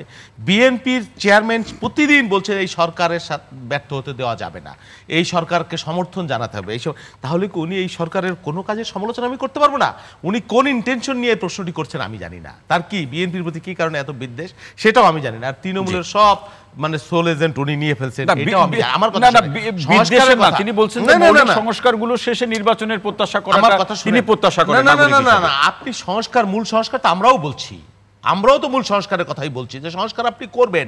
আপনার চাইতে বড় সংস্কারের প্রস্তাব বিএনপি দিয়েছে। না তাহলে বাবুল ভাই এই প্রশ্নটা আমি আপনার কাছে একেবারে খুব ছোট করে রাখতে চাই, তাহলে আপনারা বলেই দিতে পারেন যে এতদিনের মধ্যে আপনারা নির্বাচন চান কেন? ওই যৌক্তিক সরকার আপনি আমার কাছে সময় চান, আপনি আমার কাছে সময় চান, আপনারা তো বলে দিতে পারেন, আপনি আমার সাথে বসেন, আমি বলে দেব যে আপনার এতদিন লাগবে। 4 বার বসে আমি বলছি না, আপনি আমাকে বলেন যে কতদিন লাগবে। আপনি যদি মানে কি বলবো আমার ভূমিকা নিয়ে আপনি অসন্তোষ প্রকাশ করেন, বিতর্ক তৈরি করেন, এই আন্দোলনের ভূমিকা নিয়ে কথা বললেই, সমালোচনা করলেই আপনি বলবেন বিএনপি ভোটের জন্য পাগল হয়ে গেছে, ক্ষমতায় যাওয়ার জন্য। আরে ভাই, ক্ষমতায় কে না যেতে চায়? কেন? আমি রাজনৈতিক দল করি, আমি জনগণের ভোট নিয়ে ক্ষমতায় যেতে চাই। এটা কি অপরাধ? এটা কি অপরাধ? এটা কি অপরাধ? আমি কি রাতের ভোটে ক্ষমতায় যেতে চাই? নিশ্চয়ই গণতান্ত্রিকভাবে এটা কোনো অপরাধ নয়। সংস্কারটা কি শোনেন, বিএনপি যে সংস্কারের প্রস্তাব দিয়েছে কোন রাজনৈতিক দলের আগে দিয়েছে? জি, অসংখ্য ধন্যবাদ। আমাকে সময় দেন প্লিজ, আমরা প্রতি অবিচার করেন না। অন্যান্য সম্মানিত আলোচক আছেন, তাদের আলোচনা শুনবো। জি, শেষ করে দিই। শোনেন, প্রথম থেকেই বিএনপির এই আন্দোলনের ভূমিকা নিয়ে তাচ্ছিল্য করা হচ্ছে এবং বলা হচ্ছে, অথচ এই আন্দোলনের প্রথম শহীদ একটা রাজনৈতিক দলের কর্মী, দ্বিতীয় শহীদ চট্টগ্রামের ওয়াসিম আমার, 136 জন এই আন্দোলনে ছাত্র দলের। আলোচনাটি আমরা পরবর্তী পর্যায়ে আপনার কাছ থেকে শুনবো। জি, আমরা পরবর্তী পর্যায়ে আপনার কাছ থেকে শুনছি। অধ্যাপক ডক্টর শামীম রেজা স্যার আসছে যে বিপ্লবের সাফল্য অনেকেই বলেন যে আসলে একটা কার্যকরীভাবে নির্ভর করে যে বিপ্লব পরবর্তী পরিস্থিতি কিভাবে মোকাবেলা করা হবে, এবং সেই সাথে দর্শক ভাই এবং শহীদুল ইসলাম বাবুল ভাই যা প্রসঙ্গ বা আলোচনা করলেন যে নির্বাচন নিয়ে একটা তাড়াহুড়ো শুরু হয়েছে, এটি আমাদের সংস্কারের প্রশ্নে কতটা পিছিয়ে রাখবে বা পিছিয়ে দিবে? আমরা আলোচনাগুলো বারবার সরে যাচ্ছি একটা থেকে আরেকটা, সেটা অনেক প্রসঙ্গ চলে এসেছে, অনেক প্রসঙ্গ চলে আসে, আমরা এক জায়গায় নিবদ্ধ থাকতে পারছি না। আমি বরং সবার কথাগুলো যদি এক জায়গায় করে বুঝি যে আমাদের প্রাপ্তি কি হলো, আমরা কে কি ভূমিকা রেখেছি, তার জন্য ব্যক্তি পর্যায়েও আমাদের যে আকুতি লক্ষ্য করা যাচ্ছে যে স্বীকৃতির জন্যে, আমি একটু দাঁড়িয়েছি কিনা, আমি মাথায় লাল কাপড় বেঁধেছিলাম কিনা, আমি 2 লাইন লিখেছিলাম কিনা, এত ব্যক্তি পর্যায়ে সে আকাঙ্ক্ষা এখন প্রতীয়মান হচ্ছে। এবং একই সঙ্গে যে আমি কেন পাচ্ছি না, আমার প্রতিনিধিত্ব ঠিক হলো না, আমার সংখ্যা ঠিক হলো না, আমরা যদি এটা ক্রমাগত করতে থাকি, আপনি একটা গণ অভ্যুত্থানের পরে কিন্তু বিপ্লবের কাজগুলো শুরু হয়। আমি যদি যে দর্শক মন্তব্য করেছেন, উনি প্রশ্ন করেননি এবং উনি বলেছেন যে সাধারণ মানুষের পালস বোঝা, সেটা উনি বলেননি, কি পালস বুঝতে বলছেন সেটা কিন্তু আমরাও বলেছিলাম যে আমাদের যারা এই মুহূর্তে দায়িত্বপ্রাপ্ত আছেন তারা সাধারণ মানুষের কাছে যাচ্ছেন কিনা। যখন শাহরিয়ার বলছেন যে আমি যে ক্ষতিগ্রস্ত হয়েছি, আপনি আমার খবর কয়বার নিয়েছেন, আমার যে বিচারের দাবি আছে সেটা, তার মানে কিন্তু শাহরিয়ার বলছেন না যে প্রতিটা অনুষ্ঠানে আপনি আমাকে নিয়ে অনুষ্ঠান করেন, কিন্তু দাবিটা জাগরুক রাখতে পারছেন কিনা, সেটাই বিপ্লবের চেতনা। এখন আপনি যদি এই প্রাপ্তির আলোচনায় প্রতিদিন থাকেন, পাওয়া না পাওয়ার আলোচনায় থাকেন, তাহলে কিন্তু আপনার এই বিপ্লবের স্পিরিট বলতে হবে প্রাথমিকভাবে ব্যর্থ হয়েছে। দ্বিতীয় আসেন, আমরা একটা ফ্যালাসির মধ্যে পড়ছি, মানে আমি টেবিল স্পর্শ করে আছি, টেবিল মাটি স্পর্শ করে আছে, অথবা আমি মাটি স্পর্শ করছি। এই যুক্তিতে সরকারের যে কোনো একটা ঘাটতিকে আমার মনে হয় না যে আমাদের বৈষম্য বিরোধী শিক্ষার্থীদের উপর চাপিয়ে দেওয়া ঠিক হবে। আবার সকালে সকল কাজ একটা জায়গায় পারছে না, তার জন্য শাহরিয়ার দায়ী, লুৎফর দায়ী, তার বন্ধুরা দায়ী, এভাবে কিন্তু সবসময় বলা যাচ্ছে না। এটা ঠিক যে ঠিক আছে তাদের একটা অংশ সরকারে আছে, কিন্তু সরকার তো একটা বিশেষ পদ্ধতিতে, দোষারোপ না করে ঐক্য প্রয়োজন। একটা না, ঐক্য বড় কথা না, একটা পদ্ধতিতে চলে। আমাদের জায়গাটা চিহ্নিত করতে হবে যে কোন জায়গায় লুৎফর বা শাহরিয়াররা অবদান রাখতে পারেন, কিন্তু তাদের সঙ্গে আলাপ করা হচ্ছে না, তাদের সঙ্গে যোগাযোগের কোনো চ্যানেল তৈরি করা হচ্ছে না। আবার যারা গেছেন তারা কতখানি আলোচনা এখানে করতে পারছেন। মূল যে জায়গাটাই তৌহিদ, এটা একটু যাওয়া যাবে না, বিরতিতে যাওয়া যাবে না। আমরা এই আলোচনার মধ্যে যেটা মিস করে যাচ্ছে কিনা, যে আমাদের আদর্শিক শিফট হচ্ছে কিনা, আমরা যে দলগুলো প্রকাশ্য, যে গোষ্ঠীগুলো প্রকাশ্য, তাদের প্রত্যেককে কিন্তু চিনি বা জানি। আমরা বাবুলকে চিনি, রাশেদকে চিনি, আমাদের শিক্ষার্থীদের চিনি, ববি হাজ্জাজকে চিনি, তার আদর্শ কেমন, তার ওরিয়েন্টেশন কেমন, তিনি পশ্চিমমুখী বাংলাদেশ চান কিনা, পূর্বমুখী বাংলাদেশ চান কিনা, কি সংবিধান দেখতে চান, আপনি তৌহিদ কি চান, সেটা 30-35 বছর ধরে বাবুল কি চায় আমরা সবাই চিনি জানি। আমাদের এই বিতর্কের মধ্যে, এই দ্বন্দ্বের মধ্যে যদি আদর্শিক শিফট হওয়ার প্রবণতা দেখা যায় বাংলাদেশের, তাহলে মনে রাখতে হবে আমরা যত আলোচনাই করি না কেন সেটা সংবিধানকে অন্য খাতে নিয়ে যাবে, রাষ্ট্রের কাঠামোকে অন্য খাতে নিয়ে যাবে। আমরা এখন পর্যন্ত যা আলোচনা করছি সেই আলোচনা সম্পূর্ণ নতুন করে করতে হবে এবং আমাদের মধ্যে প্রচুর নন স্টেট অ্যাক্টরসরা ভূমিকা রাখবার চেষ্টা করছেন কিনা, যাদেরকে আমরা চিনি না, যারা সরকারে নাই, যারা আমাদের পরিচিতের মধ্যে নাই, যারা কোনো আইডেন্টিটির মধ্যে নাই। আমি যে কথাগুলো বলছি সেটা অধিকাংশ অস্পষ্ট রেখে বলছি, যারা বোঝার তারা নিশ্চয়ই বিষয়টা বুঝতে পারছে। এই দ্বন্দ্বের মধ্যে যদি সেই বিষয়ের উত্থান ঘটে তাহলে বিপ্লব কেন, বিপ্লবের পরে অনেক প্রতি বিপ্লব ক খ দিয়ে কিন্তু আপনাকে চিন্তা করতে হবে। অতএব যে সমাধান এখন সেটা হলো যে এই দ্বন্দ্বগুলো কমাতে হবে। প্রথমত আপনি যেটা দিয়ে আলোচনা শুরু করেছিলেন সরকারের আকার বাড়া, এফিসিয়েন্সি নিয়ে আমরা প্রত্যেকে বলছি, কেন বলবো না। এই সরকারের হাতে আমরা সংস্কারের দায়িত্ব দিয়েছি, আবার এই সরকার আমাদেরকে সার্ভিস ডেলিভারি দেবেন, এটা তো গভর্নমেন্টের ভাই। সামনে রোজা, তার আগে আপনার প্রস্তুতি নিতে হবে। আপনার 100 দিন হয়ে গেছে, 100 দিন যে কোনো সরকারকে প্রশ্ন করা যায়। আমরা তো ওই প্রশ্ন তাকে করছি না যে প্রশ্ন রাজনৈতিক সরকারকে করি, আরও সময় গেলে আরও তাকে প্রশ্ন করব, কারণ সার্ভিস ডেলিভারি ছাড়া কোনো গভর্নমেন্ট চলে না। সেটা তাকে করতে হচ্ছে এবং তাকে অতিরিক্ত যুগান্তকারী সংস্কারের দায়িত্ব তাকে নিতে হচ্ছে। এরকম পরিস্থিতিতে আমি মনে করি যে সরকারের যে বার্তাটা দিতে হবে, যেটা আমি একটা ক্ষুদ্র নাগরিক হিসেবে একাধিক অনুষ্ঠানে বলেছি, আপনার কোনো ব্যক্তি যদি মনে হয় যে দক্ষতার সঙ্গে পরিচালনা করতে পারছে না, আপনি তাকে বাদ দেন, আপনি নতুন লোক নেন, আপনি পুনর্বিন্যাস করেন, আপনি আরও লোক নেন, আপনি সংখ্যা বাড়ান, কিন্তু আপনাকে এফিসিয়েন্সি দেখাতে হবে অ্যাজ এ গভর্নমেন্ট। তার সাথে এটা বলা যাবে না ভাই আমি ইন্টারিম গভর্নমেন্ট, আমি এটা কি করে পারবো। এইটার যে সমস্যা তৈরি হবে, সেই সমস্যা পরবর্তীতে যারা আসবেন তারা তো পার করতে পারবেন না, অন্যরাও পারবেন না। আর একটা শেষ কথা বলি যে সেটা 3 পক্ষের একটা সমন্বয় কোনো না কোনোভাবে করতে হবে এই পরিস্থিতি। একটা হলো যে রাজনৈতিক দলগুলো তো অন্যতম বড় স্টেক হোল্ডার যে কোনো ক্ষেত্রেই, এবং সেটা এখন হোক আর তাদের যখন ক্ষমতায় যাবেন। আমাদের বৈষম্য বিরোধী শিক্ষার্থীরা অত্যন্ত বড় স্টেক হোল্ডার, তাদের দাবি সবচেয়ে আগে। তারা তো বলছেন যে আমাদের স্পিরিট, আমাদের দাবি, তাদের দাবিগুলো প্রায় ক্লিয়ার, আমরা সেটা বুঝি। এখন কে রাজনৈতিক দল গঠন করলেন, কে পোস্ট দিলেন, কে বললেন, এইটা নিয়ে যদি আমরা প্রত্যেকটা মাইক্রো ইস্যুজে প্রতিদিন আলোচনা করতে থাকি এটা নেভার এন্ড। কিন্তু যে কথাটা তৌহিদ, দল বৈষম্য বিরোধী তাদের এখন একাধিক প্ল্যাটফর্ম আছে, প্ল্যাটফর্মগুলো স্পষ্ট, তাদেরও নেতৃবৃন্দ আছে, নিশ্চয়ই তাদেরও প্রতিনিধিত্ব আছে, এবং সরকার, এই ত্রিপক্ষ আপনি টেবিলে বসবেন না অনানুষ্ঠানিক আলোচনা করবেন, এই পথ আপনি আমি পাততে দেবো কেন? এটা তো সরকার ভালো করে জানে, তাদের সেই পরামর্শকরা আছে। অসংখ্য ধন্যবাদ ডক্টর শামীম রেজা। ততক্ষণ আমরা এই ফ্যালাসির আলোচনা। অসংখ্য ধন্যবাদ লুৎফর রহমান। আমি কোনো প্রশ্ন রাখছি না। আমি স্যারের কথাগুলো শুনছিলাম, সবগুলো কথাই আমি মনে করি বেশিরভাগ কথাই আসলে আমার অনেকগুলো কথা চলে আসছে এখানে। আরেকটা বিষয় হচ্ছে আমাদের আগামীর বাংলাদেশ কেমন হবে। এখানে আর রাজনৈতিক দলগুলোর এক ধরনের প্রস্তাবনা আছে, তাদের নির্বাচন এবং তাদের রাষ্ট্র সংস্কারের প্রস্তাবনা আছে।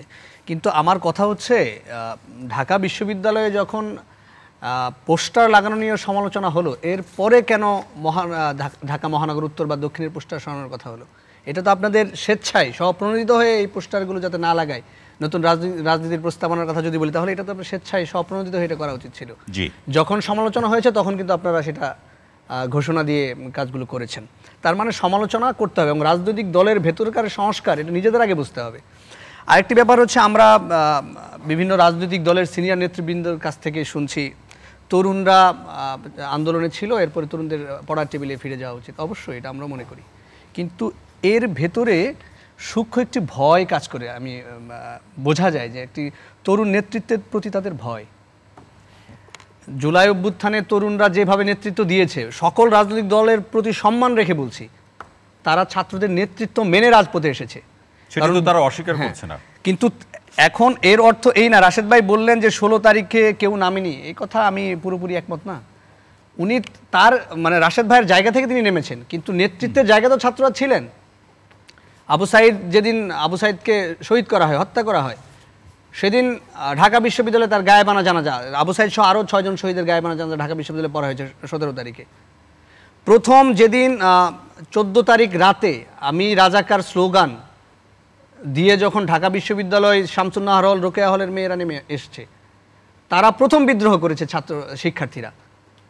তো এই ব্যাপারগুলো তাকে স্বীকার করতে হবে যে নেতৃত্ব অবশ্যই ছাত্ররা ছিল, ছাত্রদের নেতৃত্বে জনতা নেমেছে, ছাত্র জনতার এই ঐতিহাসিক যে সম্মিলন, এটার ফলে রাজনৈতিক দলগুলো নামার ছাড়া তো তাদের আর বিকল্প কিছু ছিল না। এখন এই যে বিপ্লব ভাগাভাগির যদি এই ধরনের পরিস্থিতি বা প্রতিবিপ্লব, অর্থাৎ বিপ্লব ভাগাভাগির প্রতিবিপ্লব যদি এই ধরনের আলোচনাগুলো যদি হতে থাকে, তাহলে ঐক্যের জায়গাটিকে আর তৈরি হওয়া করা সম্ভব? আমার কথা হচ্ছে এই জায়গা, এই নেতৃত্বের জায়গা প্রথম আগে তাদেরকে ছেড়ে দিতে হবে যে যারা নেতৃত্ব দেওয়ার জন্য যোগ্য, তারা তাদের নেতৃত্বের মাধ্যমে একটি অভ্যুত্থান সংগঠিত হয়েছে, তাদের যোগ্যতাকে তো আপনি আন্ডারএস্টিমেট করতে পারেন না।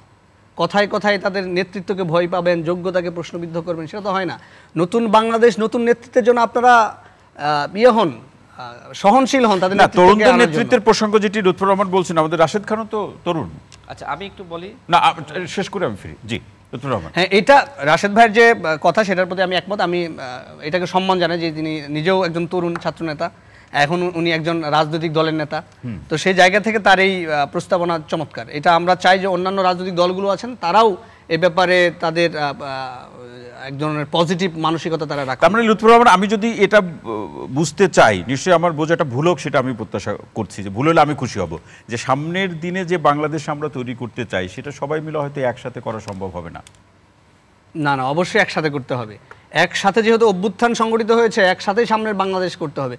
তবে এখানে রাজনৈতিক দল থেকে শুরু করে সকলের ইতিবাচক মানসিকতা রাখতে হবে জুলাই অভ্যুত্থানে যারা নেতৃত্বে ছিল তাদের প্রতি, এবং এই ছাত্র জনতার। আমি আপনার প্রতি আপনার এবং আপনার আলোচনার প্রতি সম্মান রেখেই বলছি, 53 বছরে বাংলাদেশে যা কিছু হারালো, যা কিছু গেল এবং যা কিছু ঘুণে খেয়ে ফেললো, সবকিছু যদি কিন্তু তবে এর কারণেই কিন্তু পরিস্থিতিগুলো তৈরি হলো। অর্থাৎ এই যে যদি কিন্তু দিয়েই আসলে আমরা নতুন পরিস্থিতিকে ওয়েলকাম করি কিনা।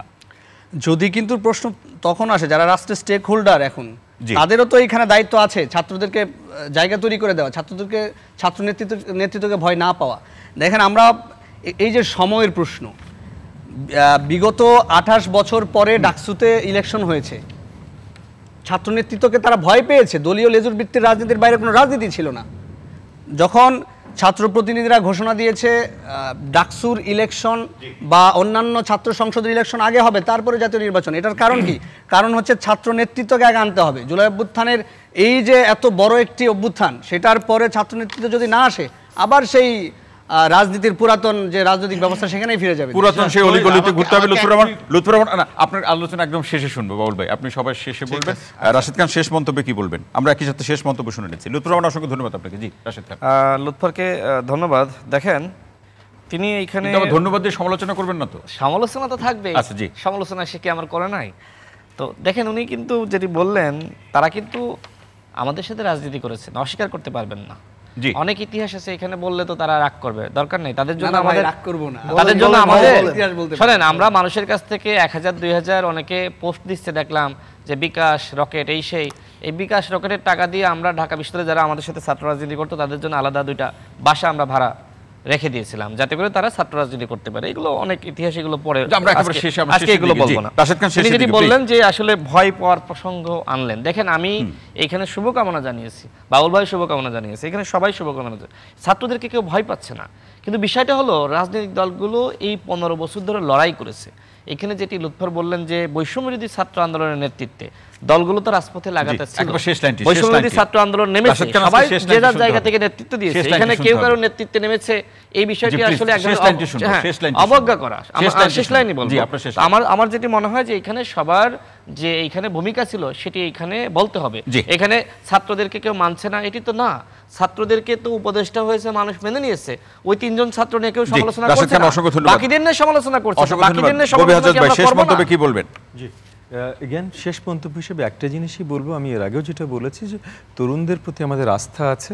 আমরা দেখতে চাই তারা যে সাহস দেখিয়েছে একই সাথে তত লার্জ হার্টেডনেস দেখাবে। এবং নেতৃত্বের কথা আসলে এগেন সব জায়গা থেকে নেতৃত্ব আসবে, তরুণদের থেকে আসবে, অভিজ্ঞদের থেকে আসবে, সব জায়গা থেকে আসবে, কিন্তু নেতৃত্ব বেছে নেবার দায়িত্ব জনগণের। শুধু জোর গলায় হাকডাক দিয়ে না, এইখানে না, যে কোনো জায়গায় না, এগুলো অনেক হয়েছে হাকডাক ভাই, আমরা আর দেখতে চাই না। জনগণকে দাও, জনগণ ভোট দিয়ে নেতৃত্ব কে দেবে?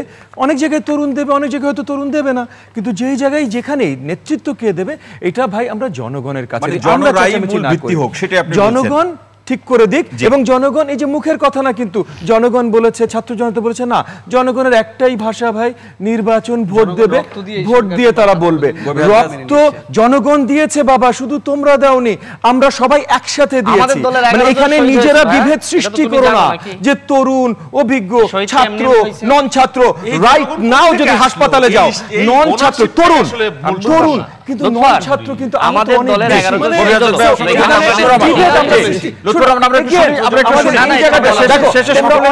কথা বলতে পারো আমার একটা কথা সবাই একসাথে আন্দোলন করেছি সবাই একসাথে ফ্যাসিস্টকে নামিয়েছি আরেকবার জানা অসংখ্য ধন্যবাদ একসাথে জি লুৎফর রহমান শেষ মন্তব্যে কি বলবেন আমি এটাই বলছি যে এখানে ছাত্র জনতা বলতে এখানে সব দলই শাহরিয়ার ভাই যেটা বললেন যে ছাত্র জনতা মানে এখানে সব দল এখানে ইনক্লুডেড এটার অর্থ এই না যে এখানে দলকে বের করে দেওয়া হয়েছে কিন্তু দলীয়ভাবে শহীদদেরকে ক্রেডিট নেওয়ার প্রবণতা আমরা এটাকে রাজনৈতিক দলের একজন কর্মী মারা গেলে সে বলবে না কিন্তু দলীয় সংখ্যা পুরো আপনার যেহেতু এটা অভ্যুত্থানের শহীদ তারা সেইভাবে তাদেরকে ওই দলের নেতৃত্বে তারা নেমেছে নেতৃত্বের প্রশ্ন এখানে আছে তোমাদের লোক সব আবার অভ্যুত্থানের লোক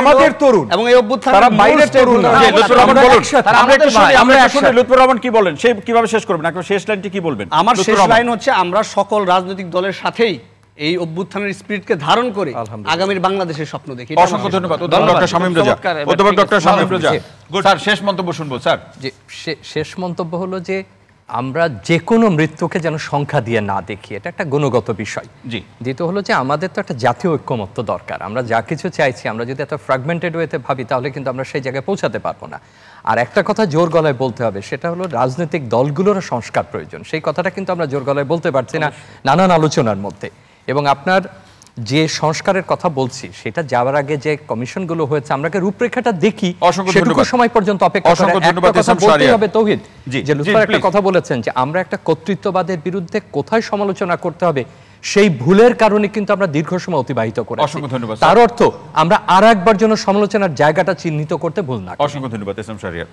ধন্যবাদ প্রথমত হচ্ছে মানে একদম লাস্ট লাইনই শেষ করি যে কথার মাঝখানে অন্যকে কথা বলতে না দেয়া কিন্তু হচ্ছে কর্তৃত্ববাদীর অন্যতম বড় চরিত্র অনুরোধ থাকবে সবাই আমরা একটু এড়িয়ে চলার চেষ্টা করি এবং শেষে লাইনটা হচ্ছে আল্লাহর রাস্তায় যে শহীদের রক্তের উপর দাঁড়িয়ে আমরা এই বাংলাদেশ বানাতে যাচ্ছি এখানে হচ্ছে কার 11 জন মরল কার আগে মরল কার পরে মরল এই টোনটা আমরা বাদ দিয়ে আমরা একসাথে একটু বাংলাদেশটা বানাই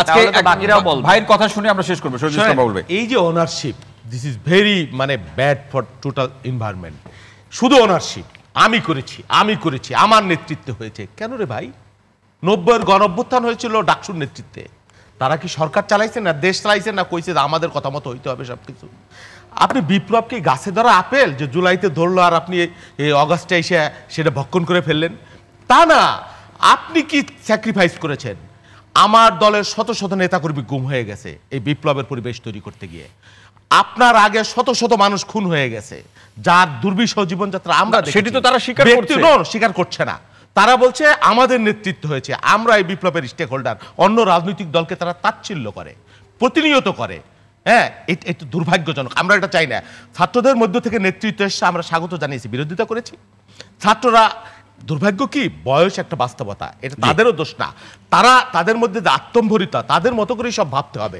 তাদের মতো করে সব চিন্তা করতে হবে এবং তাদের মতের সাথে না মিললে বিপ্লবের বিরুদ্ধে আমি শোনেন এই তারুণ্যের শক্তি হবে না শুধু তারুণ্য দিয়ে হবে না এই তারুণ্যের শক্তি রাজনৈতিক দল এবং প্রবীণের অভিজ্ঞতা এটার যদি ঐক্য না হয় সম্মিলন না হয় তাহলে জাতীয় অসংখ্য ধন্যবাদ আজকের আলোচনায় সম্মানিত আলোচক হিসেবে যারা উপস্থিত ছিলেন সবাইকে অসংখ্য ধন্যবাদ এবং কৃতজ্ঞতা জ্ঞাপন করছি একই সাথে এত সময় ধরে যে যেখান থেকে আমাদের এই অনুষ্ঠান দেখেছেন শুনেছেন আপনাদের প্রতিও অসংখ্য ধন্যবাদ এবং কৃতজ্ঞতা জ্ঞাপন করছি এবং সেটি জ্ঞাপন করে আজকের মতো এখানে শেষ করছি সবাই ভালো থাকুন সুস্থ থাকুন নিরাপদে থাকুন সঙ্গে থাকার জন্য অসংখ্য ধন্যবাদ এবং সবাইকে শুভরাত্রি